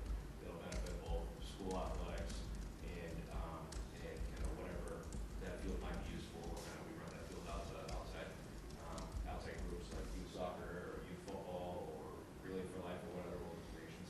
So they have an actual usable field house. So that's Great. going to be going out this spring. Yeah, so that one continues to move forward, and thankfully we now have Erin who can really push And where would that money come from? What? The construction? Yeah, Capital, free cash, apply from CPC. Okay. Yep. To be determined. So we think that one, like, does that classify as historical CPC money? So the CPC funding for the feasibility study, design study came out of the historical budget. Yeah. So we're hoping that that one's the historical bucket of CPC, because that's another set of funds that they oversee. but those stands Right. are in bad shape. So, I don't know, capital project, what, but that's school committee property, right? Yep. Yeah, so, Yeah, no, that one's on the list. now I'm gonna go to divorce court, okay, because I was supposed to take my wife out tonight. So I should keep the rest of the. Good luck, Betty. Thank you. Remember to smile. Frank Flowers. Oh. All right, so we can move on to academic pathways, unless there's further. Jennifer, you want? Sure. Unless we're good. I'd like to thank you all for your time. Thank you very much. Designers. Thanks. So this is one of many sort of introductory presentations that we'll be talking about in regards to the strategy overview and the strategic plan. It's sort of really, we're continuing the meetings with the schools on sort of the overview of the plan, but we also want to move forward on some more specific planning around some of the pieces that will likely move forward, you know, because there wouldn't be disagreement amongst them or about having them on there. And one of the things that I think is, I'm going to pass that out a second. One of the things that I think is likely to have little disagreement on is the notion of helping students to personalize their educational experiences so that they can pursue areas of interest and put themselves in advantageous situations. Advantageous situations when they apply for college or career opportunities. So this is crafted, this packet that I'm sending to you or showing to you is just an example of, it's just an example of what other schools have done in this capacity. And I use it to sort of show that this isn't something that Maynard is coming up with and creating all on our own. It's something other schools have done, and we can use that as a guidepost for how we move forward.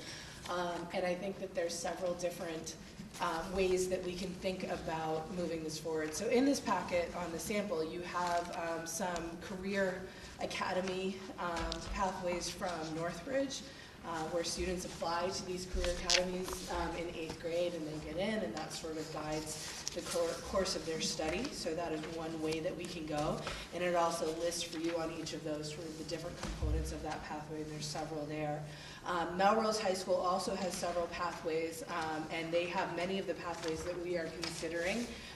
They have a very pretty sort of overview page, and then you have the copy and paste essentially for each of the pathways that they have with the different components of what the students would be taking and going into that capacity. Marlborough Public Schools has been working with Framingham State to create a STEM early college high school with some dual enrollment opportunities, and so that information is also in here, and that's been something that's been recognized by the state as being sort of a model program that they're looking to expand, so it's something that's worth looking at. Ironically, I suppose, one of our teachers was hired at the beginning of the year in August to go there to work in this program, which is what created the opening that we had to fill in creating computer science. So, you know, I said to him when he left that he can expect us to come and visit him, and he has to do that. That was the way we allowed him to. Assabet Valley Regional Technical High School, you have their engineering academy. I put this in here because obviously Assabet Valley has several disciplinary programs that they provide pathways for their students. That's what they are designed to do. Engineering doesn't have that particular track. What they're doing here is that there's a variety of programs that these students might be in, and they can earn sort of a certification in engineering that allows them to go to college. And the reason I sort of know about this is in my short time when I was at Greater Lowell Technical High School, we had an engineering program, a Chapter 74 approved engineering program, and one of the things that they were expressing is that it was really challenging to find sort of job placements for these students because generally speaking, when you're looking to go into sort of pre-engineering, your immediate step is into a college setting. And so how do you provide some of the co-op opportunities for your students? And I thought this was a really unique way that Assabet Valley had about creating that sort of pathway for students who may want to pursue a higher degree, but within some of their other programming that would also allow some of their students who wanted to jump directly into a career. So I thought that was sort of an interesting piece moving forward. The last piece of this packet is the career inventory pathway. And if you haven't been on the Assabet Valley website to see, this is one of the things that I really find very appealing about their website and about their programming is that one of the things that they do for each of their areas is that they provide sort of an explanation of the career in the program, what they can experience when they go through the program at Assabet Valley, and then what do you do next? What are the next steps? And I think this is something that I would like for us to think about and take a look at as we're moving forward. What happens if you go into some of these pathways or you're interested in? What do you do immediately after high school? If you wanted to enter work immediately after high school, what is your career earnings or your earnings look like at that point? If you want to advance up the field in this particular area, what kind of advanced study is required in order for that to happen, and what might that cost look like for you if you look at a private or a public institution, and then what is your potential earnings there? And so I think this sort of gives us an overview of all of the things that I think we would like to think about as we're thinking about pathways for Maynard Public Schools. The next piece that I want to show you is the initial thinking around academic pathways at Maynard High School. And what I think is important here is not necessarily agreement on whether or not we offer these particular pathways, but looking at the number of opportunities that our students currently have, and that was really what I wanted for us to talk about, thank you so much, to talk about and look at tonight, is if we're thinking about some of these pathways, and we can talk about why these pathways are the ones that are listed, do we have current opportunities for our students so that when we're creating programming, we're not expanding in ways that is not efficient and financially viable for ourselves as a small district. And so I really wanted to think and look at what are we currently doing and how can we use what we currently do to help sort of guide students in areas that they might be interested in. And so we have a series of pathways on here. We have the STEM engineering and the STEM computer science, the communications pathway, the global studies pathway, a humanities pathway related to education, and a humanities pathway related to criminal justice. So those are some of the pieces that are here. Obviously, some are more fleshed out and easily started than others. When you look at, for example, the global studies pathway, when you look at the communications pathway and the way that we're looking at launching a Chapter 74 program, it's a little bit easier to see how that can sort of come to fruition very quickly. Obviously, the engineering pathway, we have a series of things that we've already created, and it may just be a matter of looking at some of those other components. But when you look at the computer science pathway, we really have a very basic sort of one class that we're offering. How do we expand that? And how do we do that in a viable way with our budgets and opportunities and things of that nature?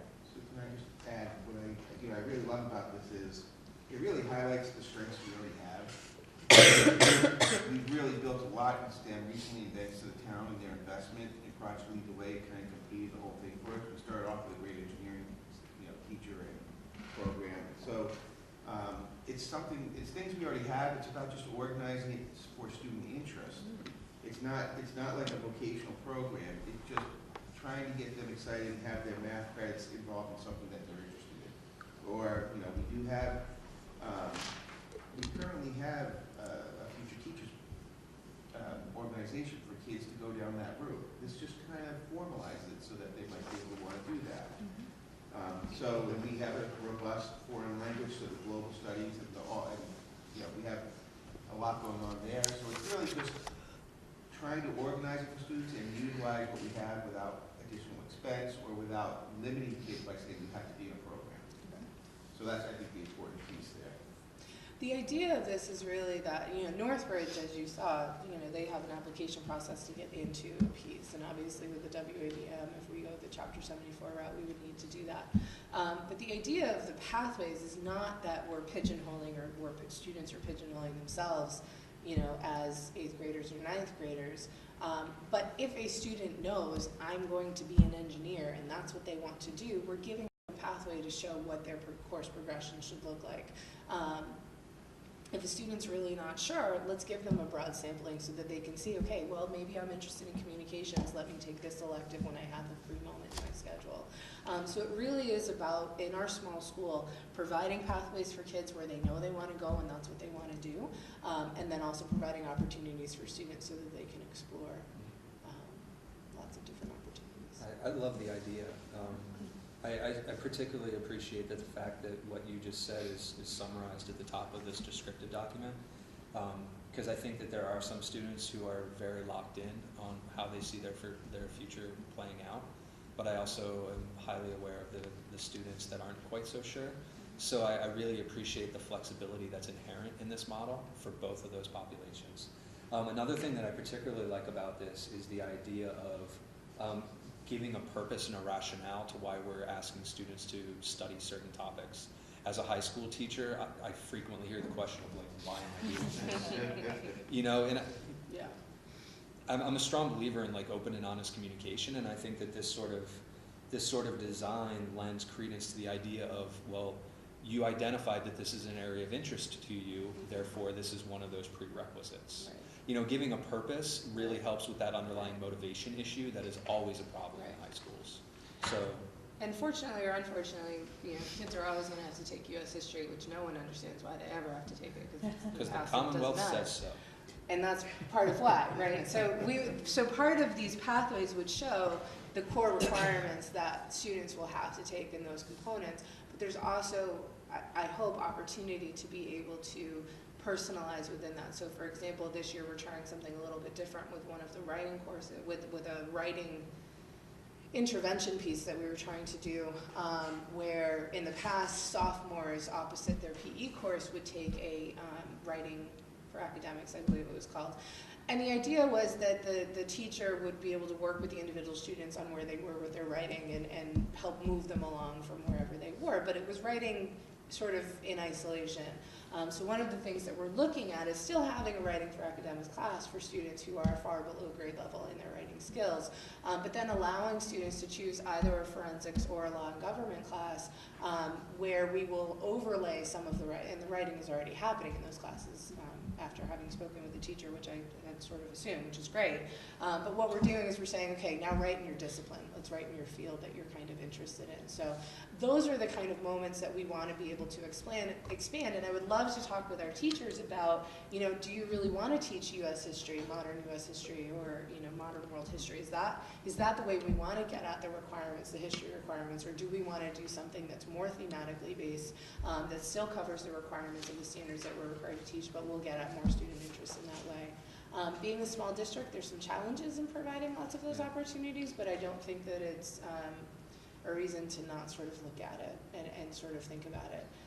And I think one of the things that's important in bringing this up is that either next meeting or in a couple weeks, we're going to be talking about some of the courses and offerings that we have at the high school in regards to class size. It was something that was mentioned at the Finance Committee. We've talked about it at Budget Subcommittee and also at the Curriculum Subcommittee meetings. And we just need to sort of have a public conversation around what do we do with these pieces. So the sort of juxtaposition that I give is that, you know, this year we had 8 students that were in calculus and 5 students that were in foreign film and culture. Both of those are below sort of the traditional threshold of 15 or 10, depending on what district you're in order to run courses. And yet people have very different reactions to the idea that one or the other of those might not run. And so I don't have a thought, you know, I don't have an answer. I don't have a solution in terms of that. But I think that that presents some of the challenges that we need to look at, because sitting in this seat and looking at the breadth of offerings we have and sort of having both the programming and the financial viability of the district eye on it, you know, there's a discomfort for me in certain decisions and offering classes and the cost of that particular class. So I think it's something that we have to have a public conversation around and sort of make some choices as to how we move forward. Okay. What is the state requirement for history? Just curious. Is it 2 credits, 3 credits?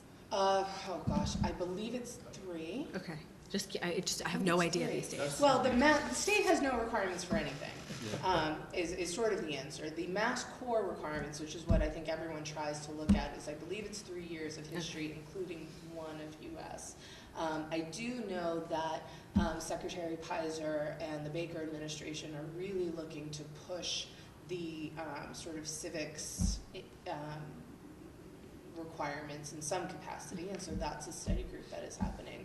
We are also looking, the state, and I'm applying to be on this, so I hope that I am chosen, but the state is revising the history and social science frameworks, and I desperately want to be on that board because as a former high school history teacher, I have a lot of anger towards some of those subjects. How do you really But feel? I won't bring that to the table.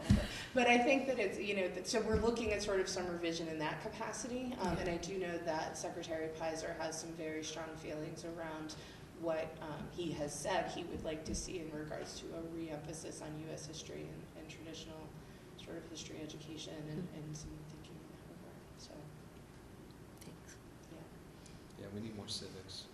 And I could not, the one thing that I said when they were thinking about a test in history, which they piloted a few years ago, and even though we weren't supposed to look at it, I did because I'm not a good rule follower. And they asked these really asinine questions that showed nothing, anyway.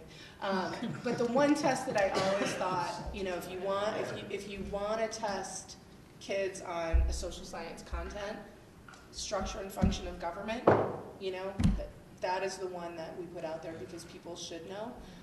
And I think that you could craft an assessment that would be relatively devoid of sort of political leaning and ideology. You could say, you know, what is the job of the president? And we have a constitution that sort of lists that, you know, so we have a document we can go back to. So that would be the one that I would be okay with. But I don't know what they're going to do. My fear is that they're going to relaunch a history test, and it's just problematic for all kinds of reasons. But We will not accept it. We'll sign a petition. That will be the one that we can take a stand on. It's sort of not. That'll be the one that I might sort of recommend that we allow people to. No, I'm just kidding. I shouldn't even go there. I'm salty tonight. Yes. You get me talking about history education. It's a problem. Take a look at the standards. Right there with you. I teach it. It's a great trivia. It's a great thing. And I actually had a student, I'm sorry, this was the last thing I say.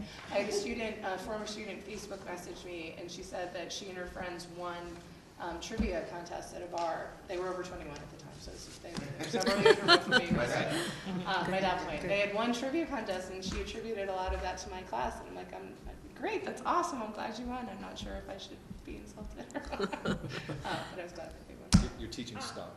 I just wanted to make a quick comment about the academic pathways. I really love the idea. One of the things when I was in high school, you know, I took all these courses that prepared me for college, but not any thought process on what I was going to do for a career. So this provides the framework of, okay, well, these are the things that you know, it just helps a student organize because so much pressure are on students now to figure out this stuff, but they don't know how because they're young kids. Right. But if you have, you know, this framework, I think it's super helpful. I love it. One thing I was a little sad to see is there was no representation of the arts at all. And that is a conversation when we were looking at sort of categories of pathways. How do we do that, and how do we do that well? And one of the thoughts that we had is that could be some component of the communications pathway, where we begin to look at digital design and digital portfolio, and as part of that, being able to incorporate the arts into that capacity. The other piece that we have an incredibly strong piece already, there are two pieces, is the theater and the music programs. And so there's some thought. Again, it's how do we, one of the things that I want to do in these pathways is provide as much overlap as possible so that when we're talking about your traditional science courses or your traditional math courses, 2 or 3 of the pathways are taking those math and science courses. So again, this is just a draft and just a component, but absolutely we can take that. I can take that feedback back, and as we begin as an instructional leadership team to sort of craft what those would be, I think we'd be looking for that sort of guidance. You ripped the Band-Aid off, so I'm going to go ahead. When you say looking at an overlap such as like a math curriculum, are you hinting at the possibility of looking at more of an integrated curriculum someday in the future? So, yeah, that's a challenge. What I was told at another district, and other people have echoed this, is that we really need to continue to keep the Algebra 1, Geometry, Algebra 2. Is that what you mean? Instead of an because, integrated I mean, math you know approach? that the school I work at Yeah. has gone to an integrated curriculum. So Math 1, for example, is algebra and geometry and some statistics and some trig. I need to talk to your math director. What's that? I need to talk to your math director, because what I was told I is can that arrange if an you're- introduction. Yeah, that'd be great. If you, at another district, when we were talking about this, I was told that if you apply to a school, a college, with integrated math on your transcript in any state other than Georgia, it is seen You're as in a trouble. lower level of math, because Georgia is the only state that has universally adopted integrated math. And so this is what I was told, and it was like, okay, and other math people have done that, but obviously your district is well aware of. We don't label it as integrated, Perception. but we label it as Math 1, 2, 3, and 4. Okay. And then there's level differentiation within those, such CP as honors. an honors level, Yeah. you know, a CP1, which is considered, you know, college prep, you know, the Mhm. intermediate level, and then a CP2, which is still college preparatory, but at a lower pace and volume. Okay. So if and when you Yeah. decide that you're ready to dive in, I'll arrange an introduction, I would and love you to, guys yeah. can have fun with that. That would be great. That would be great, because that is obvious, that, one of the things in looking at the pathways and looking at some of this that, you know, we've gotten pushback on in the past, in other districts and talking about this, is that, you know, you're gonna jeopardize my kid's transcript if they don't have, you know, American Lit, British, you know, the sort of the traditional transcript. And we don't wanna jeopardize transcripts. We don't want to jeopardize kids' opportunities to get into college. What we wanna do is we wanna make them, all kids are special, but we wanna make them, be special in a sort of paper-based way, if you will. And we all know that sort of grade point averages are not what are gonna make kids specials in college eyes anymore, because everyone's sort of competing there. So we wanna provide kids an opportunity to truly sort of show their special gifts and talents. We sent 13 kids to MIT last year. Yeah, that's what I'm So saying. our kids are getting in. Your kids are getting in, So- and your district would not do anything that would jeopardize that, so that's why I'm really intrigued to. The taxpayers would be out with It would pitchforks. be, I know some of them, yeah. They're Well, interesting. actually, I didn't read the quote because it would have been too long, because I was reading so much. But they talked about Scarsdale High School Right. there. They got rid of AP and moved to a similar model. Yeah. And that's in line with the international stuff we learned in our book talk, It- about what they do in all these other countries that were competing. It gets away from the plug and chug model of mathematics, and it gets more into like a critical thinking model. exactly. You know, and I think if we're going to raise teenagers that are going to be competitive in this world, critical thinking and problem solving is absolutely a prerequisite skill nowadays. So, you know, if you can get away from the more traditional, which we've been talking about being a very antiquated model, you know, why not have a conversation about it? Absolutely. We might decide it's not the right fit for us at this time, but the more information you have, the better off you are. So, 100%, I think that's great. Very interesting. yeah. The other piece I would like to mention, just in regards to sort of when does this idea start, you know, to sort of have people think about this. Well, this is, you know, targeted at Maynard High School. This is not the extent, this is not the limitation, I guess, of this idea. One of the things that we will need to do is we need to build programming into Fowler and into Green Meadow so that students are being exposed to these kinds of concepts and ideas that relate to the pathways all throughout, so that when they get to 6th, 7th, and 8th grade, they can begin to say, yes, this is something I'm interested in and I want to be doing, or I'm not really sure.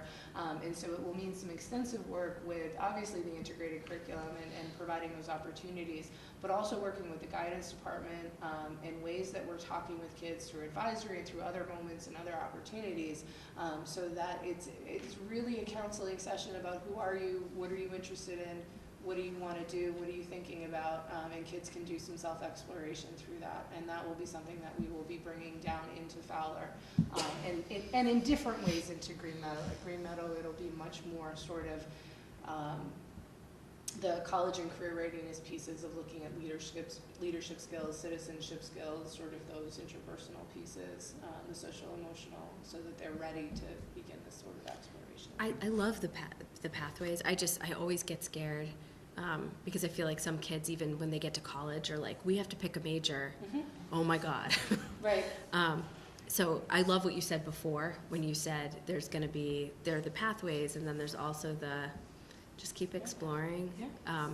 Because I feel like sometimes my students just feel like I've got to have it all figured out. Yeah. And it's just such a battle to get them to, you know what, you don't, and Right. you've still got, I didn't know what I wanted to be or do when I wanted to be a doctor. I started pre-med in college, you know?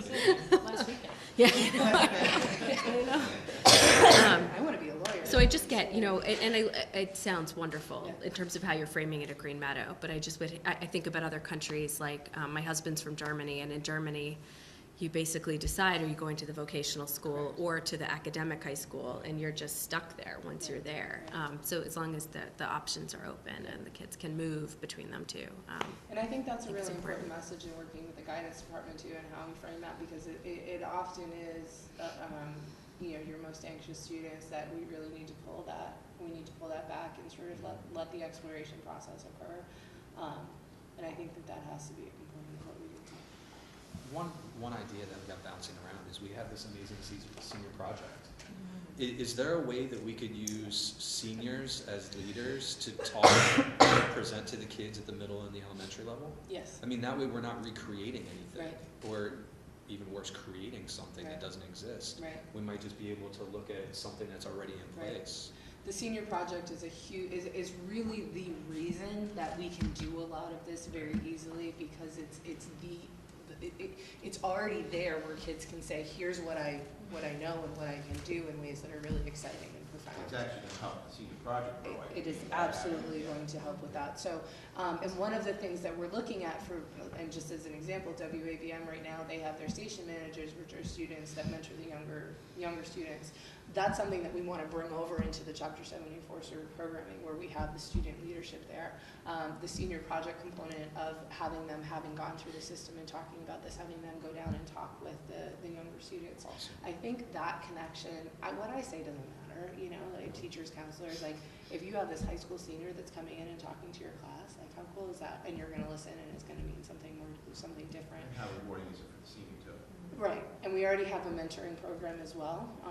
Again, there are so many things that are already established here, which just means that the framework is there for us to expand it and use it in different ways. The fact that we have a campus that's walkable and our kids can get everywhere, the fact that we have a walkable downtown, that potentially at some point we may have more businesses in terms of internship opportunities that are so close by.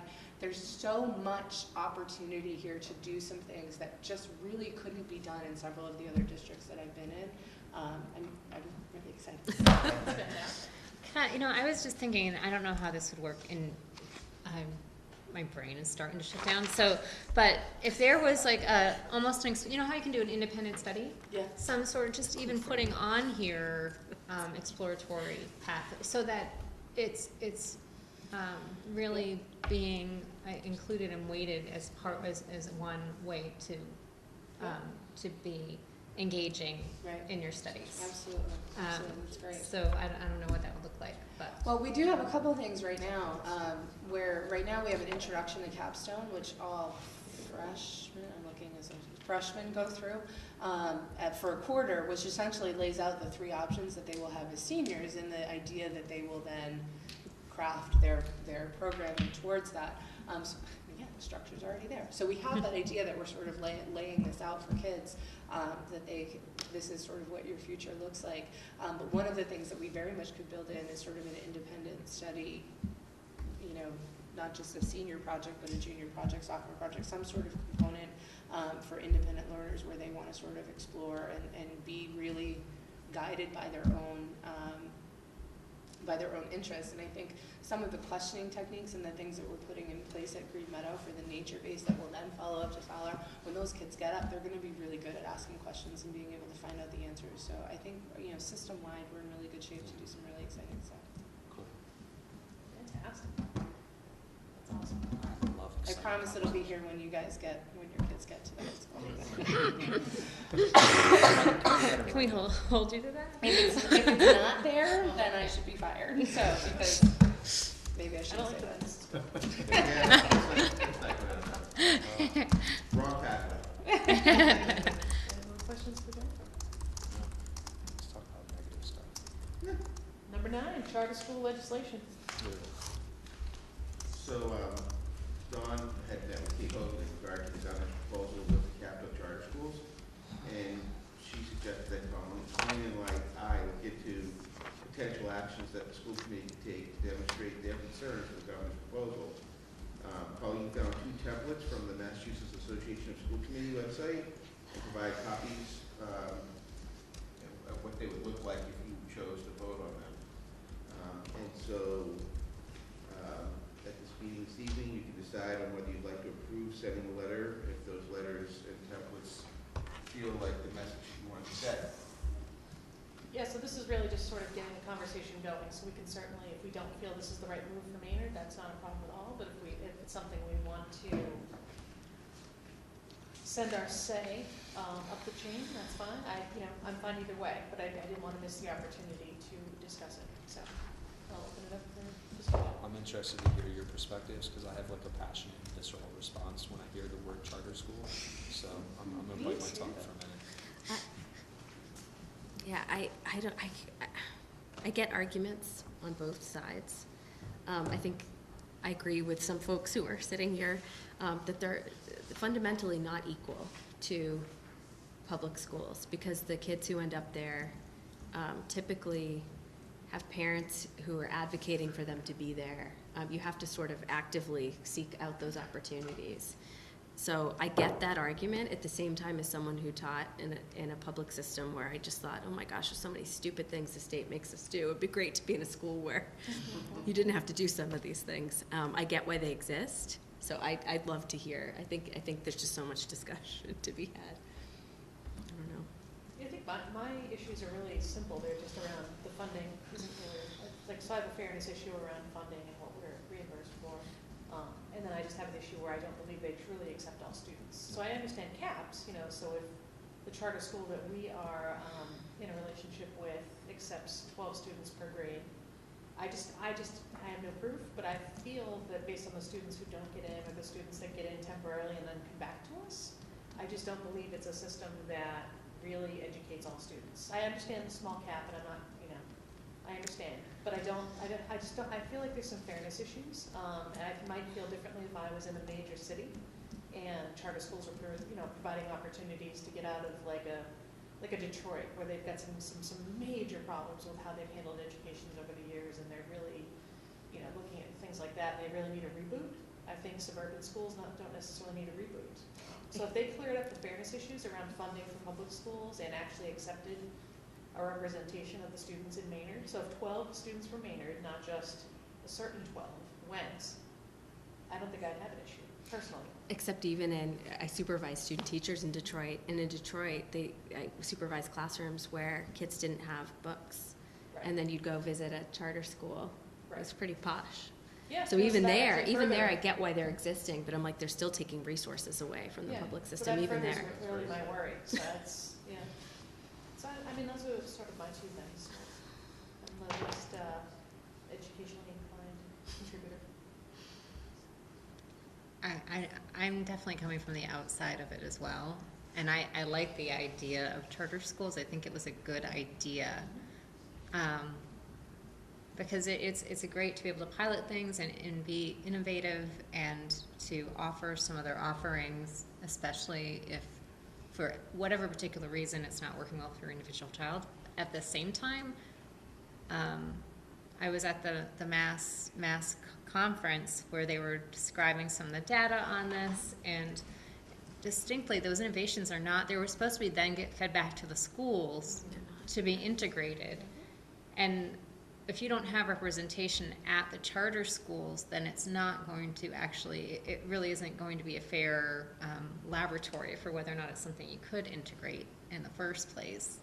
And then it also seems the resource issue is important, because if you're having trouble with it at a school so that people need other options, then we should be able to continue investing in trying to improve the public school that's kind of the local school, so that it's shored up rather than ending up depleting it further by having this option. So I think the idea is great. The implementation, I don't feel like it's really worked out. And honestly, I think if I had, I don't know how I feel because I don't have a special needs kids. I used to work with special needs. So I just think that if you don't feel like you're going to get what you need from sending your child to a charter school to get there, because you don't see that they are having, that they're serving everybody and able to be inclusive, then why would you send your child there? You wouldn't advocate to have them go there. So it just ends up setting up a system where they're not, it's not actually a real choice. So those are the things that I see, and I do see that the things that they're talking about for the legislation it should be on the charter schools to try to figure that out. They need to figure that out and have real ways to try to manage that. And I think they've been able to go under the radar in that regard. So that's how I feel about it from my outside minimal educational perspective. Yeah, they just don't seem like a true public school. Like, I feel like it's a Right. privately funded, Right. it's a publicly funded private school. It is. And I- that's what it is. Yeah, I like the motion. I know they're, Accessible to all children. Right, that's the Right. whole. yeah. Right. And they only go up to a certain grade, so then you go back. Not necessarily. Not necessarily. It depends on the charter, but yeah, that could Depends on the happen, charter. for sure, yeah. I really like the motion. The other, the other document with all the whereases, too many whereases for me. But this, but this one, I would feel comfortable supporting and signing, because I love that it puts, it's not saying no altogether against charter schools, but that it gives us some control over where kids from Maynard, which charter schools get our students, and whether we feel like that school's existing for a reason and serving our students in a way that we can't. I like that one. And it can be changed, so this is a template, so if there's something you don't like, or if there's something you like as well, that can certainly be part of the discussion, but I want to make sure Justin chimes in. I've spoken on this issue before with other boards as they were constituted with Bob. I think, Jen, you and I have had a conversation about charter schools at some point. I can't in good faith support the expansion of a program that I don't see as being equitable or fair. The idea of a charter school is improving education, but in many ways it's improving education for a few at the cost of the masses, especially in light of all of the inherent flaws in the system that have already been identified. I do feel strongly that in some locales, charter schools may be the only answer to fixing the broken system, but I don't feel like that's where we find ourselves. Especially here in the burbs. I like the whereas document. I didn't feel like it was too many whereases. I probably would have added a few.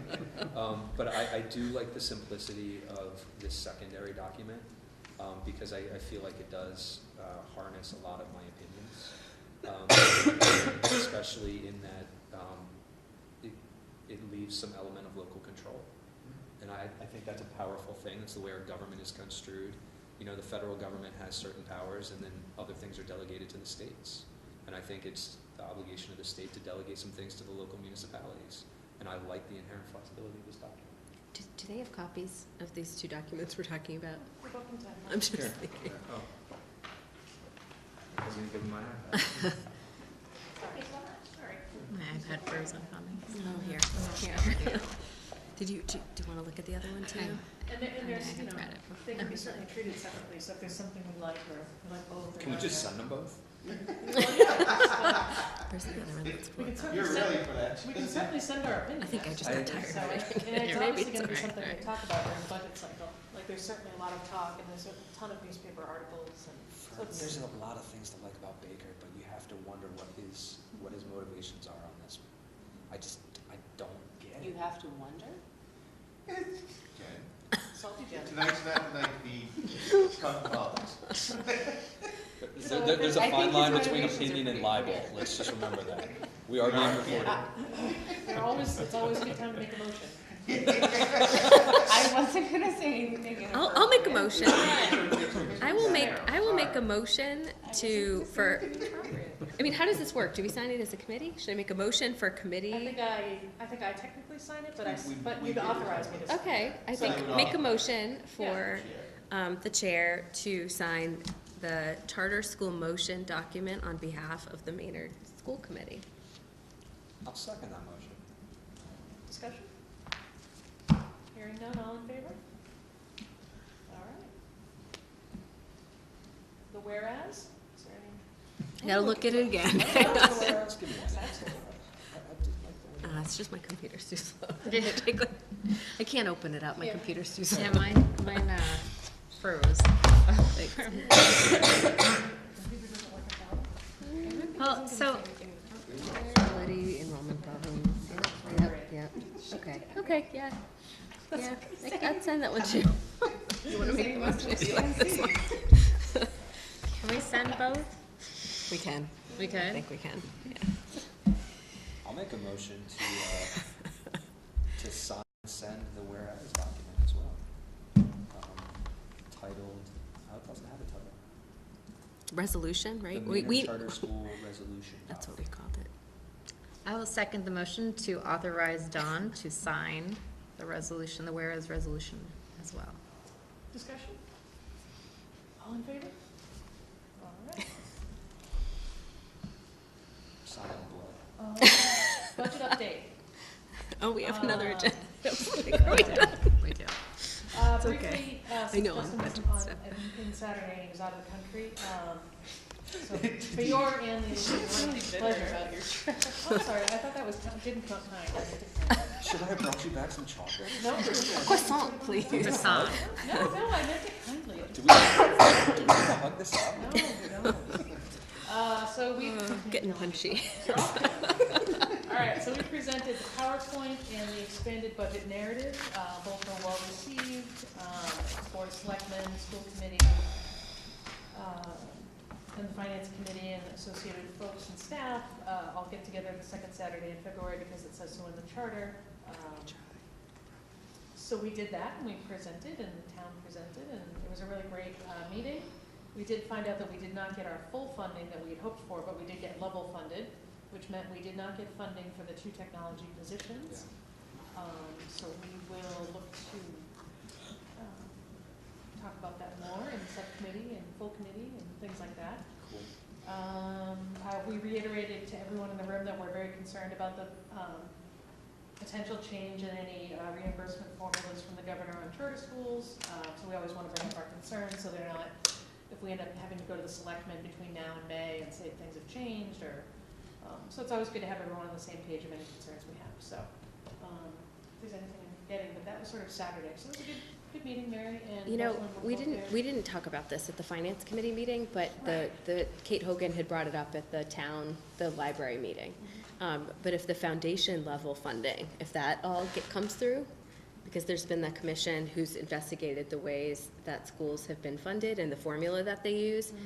And so the commission recommended all these changes, and if the changes are made, it might actually end up helping us. I mean, it's hard to know when that will happen, but that's sort of it's a question mark. Yeah, it's out there. Not worth bringing up. The with fact that the finance. foundation funding has been chronically underfunded, is that? Yeah. Yes. Yes, yeah, that it's way How nice off. that they're finally looking at It's that. way So off. it's in committee. I think. looking at Yeah. They've been looking at it for quite a while and have done nothing. But they finally, was it November that they finished, and they made their recommendations to the Yeah. governor, and so now it's in his hands. Cool. Yeah, no, we definitely need to keep our eye on that. But I did want to add a couple of things. Please do. I'll get some. That's okay. After 9, I honestly don't know that we should even be on film. Just to reiterate what you said, though, we did get level funding, and I do have a concern because we got all this funding to improve the technology in Fowler and Green Meadow, and we know we need additional staff to support that. Yep. So that means we've got to find efficiency from somewhere, so this is going to be a challenge for the school committee. The other thing is, annually, we also discuss the bus fees, because we have to try and figure out where to get funding. Sure. And so Colleen is usually in charge of doing, once we make a decision, are we gonna keep the fees the same, are we gonna consider raising them? So I would add that to the next agenda, Yeah. Yeah, under if budget, you're ready. just to let you know. Whenever you're ready. Colleen, isn't bus signups usually around like May 1? So it's coming up, so you'll have to make a decision quickly, but that's one area of revenue that you could consider to help offset the fact that we don't have enough staffing. Yeah. May I ask a question It's not a huge revenue before we have that meeting? I just would love, I just find it so interesting, and I know that statewide, the state has said that towns can charge for bus transportation, but I'm curious what which kids get free transportation? Is it with reduced lunch? I just want to know, what are the laws around Colleen- bus transportation and fees? Colleen's our from the- transportation director, it's just unofficial. Any student that lives 2 miles or more outside too. from the school, those K to 6, K to those 6. students are free. They are, Yes. everybody, okay, Just K to 6. okay. And then if you are on free or reduced lunch, there's an application, Mm-hmm. a waiver that they have to fill out, and then that gets processed by me to make sure that they meet the eligibility requirements. And those free or reduced people can ride free. Okay. So, I would add, though, the K through 6 a mile away is only if you offer busing. There are some districts that just don't offer busing. Okay. Oh, wow. Then they're not obligated to offer it. Am I correct? that's correct. Right. I am correct. So It's just- if it's just you want such a- those numbers, I can give those. Yeah, no, I'm just curious about the law, because when schools first started doing this, I mean, when I was teaching public school and they started charging kids to play sports, and then it was charging kids money to play, to be in a club, and then it was charging money for the bus, I just thought, how is this constitutional? How is this, law? But I guess it is, so, Yeah. anyway, that's helpful, that's really helpful, thank you. So, So other those- than that, we met with FinCom on Monday. A lot more questions. I think they really appreciate the expanded document that the team put together, and I don't think there's anything surprising. They are always very interested in the circuit breaker. Yeah. So Pete answered all their questions. Thank you, Pete. But yeah, I don't think there's anything noteworthy. I mean, we've been saying it all along, it's a quiet budget year, so we don't want to. So we'll see how we come up with some of these things, so. So yeah, I don't think I have anything else. Pete, I didn't know, did you have anything? I know sometimes you would, but if you're good, you're good. No, I think it's going fine. Okay. I'm waiting for something to fall. If that happens. That happens. No, that's in the plan now, to watch that. How much more money is the town gonna have in free cash, because we didn't have much snow? Is that- Stop, it's gonna snow next week. Yeah. 1 inch, though, 1 inch. Well, now you just jinxed us. I'm sorry. And it's on film. Sorry. There's at least one point. We're getting payback from last year. You deserved it, it's true. Yeah. Yeah, my son Average. said, he said, "No, every year, one or the other." Yes, it So is. he's a 6-year-old meteorologist. Citizens' comments? I just had a quick comment to make about the technology positions. So we have spent all this money on technology, and we all know technology frequently does not work the way that we hope it does. And I just wanted to provide a couple of quick examples of why making sure we get at least one technology person to maintain. My counterpart in the CPAC will not mind me telling this story, but she has a son, Owen, who is nonverbal, and he communicates through technology. His technology has been broken since October, and because we don't have somebody in charge of fixing that stuff, essentially his voice has been taken away from him for the last 3+ months. Would we do that to any other child? No. So it is something to consider that we have actually, particularly in our preschool classes, we have a sub-separate classroom in which almost all of the children are nonverbal. And so if we are not maintaining and updating their technology, we all know, number one, they break. Number two, we are really good at downloading viruses and stuff.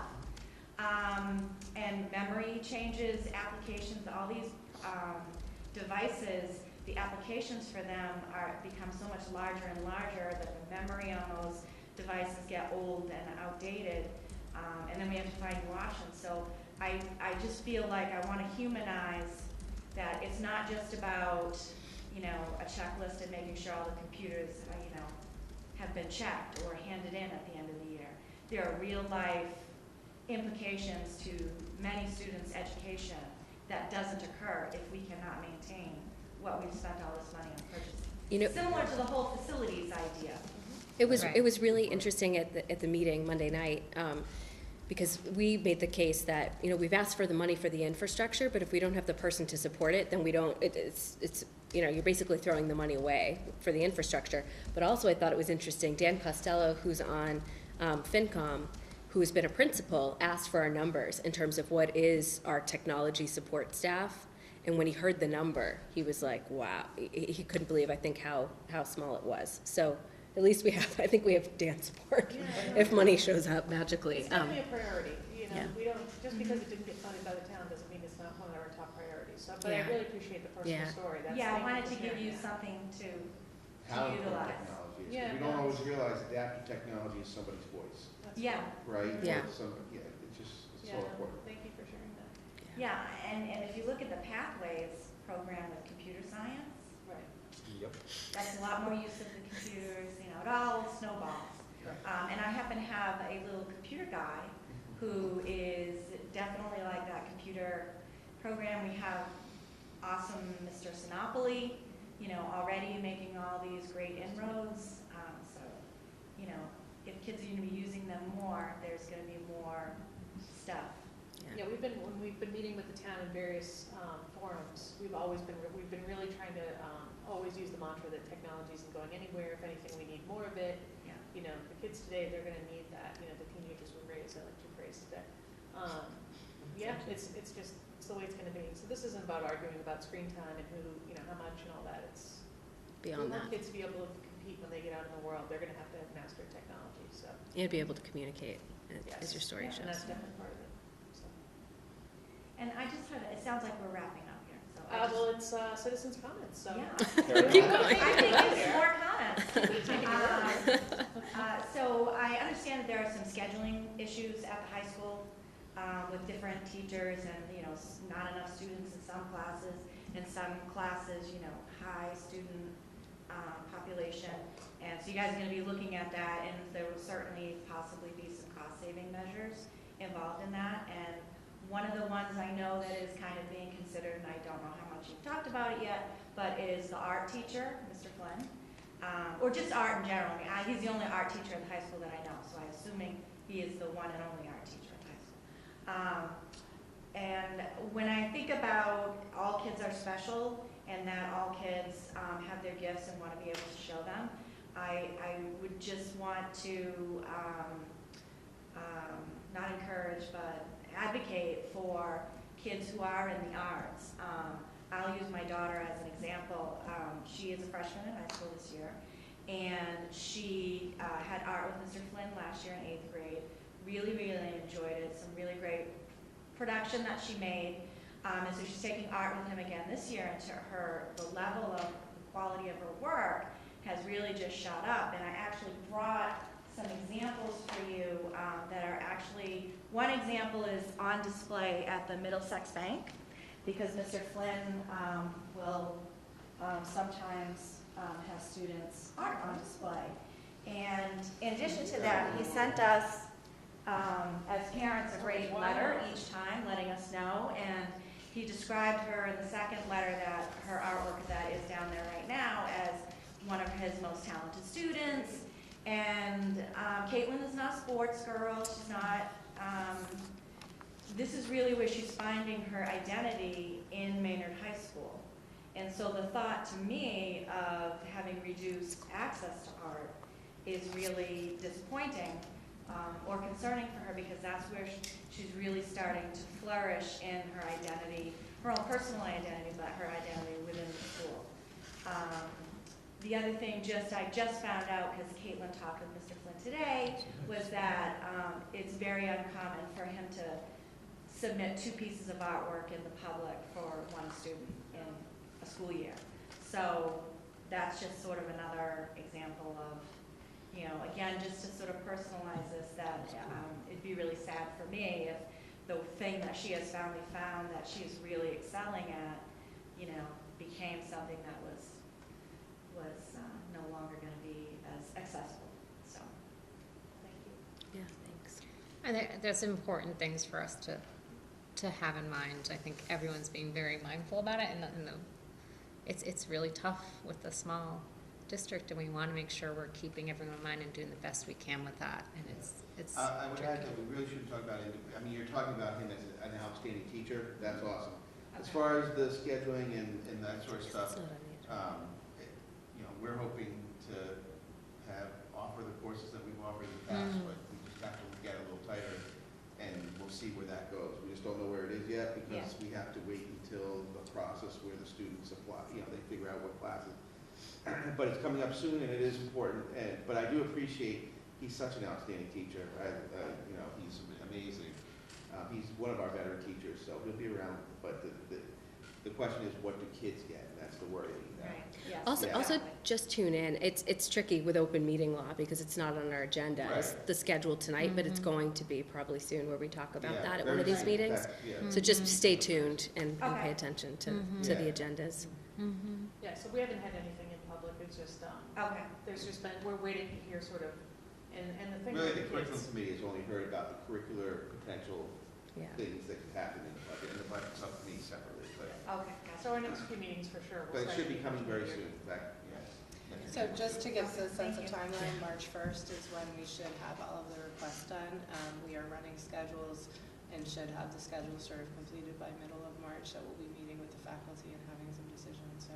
And in the meantime, we'll be having conversations around those pieces. But the last thing that we want to do is to take away opportunities for students. And so our first priority is to make sure that we're protecting transcripts and protecting opportunities. And how do we do that within the constraints of the budget and the constraints of the Right. contract and things of that nature. So absolutely, that it's an important story for us to hear. But that is our sort of first priority, is to make sure that she can continue to grow and develop. And to continue to find her voice. Those are amazing pieces. Yeah. thank you. Thanks. Speaking of upcoming things, Colleen, when do you anticipate the school calendar coming back to us? I'd like to put it on the next agenda. That would be awesome. Awesome. Jennifer's. Finalized. Oh, please do, yeah, people are starting to Plan their vacations. reach out. They want Yes. to know. There's rumblings. There's yeah. some reaching.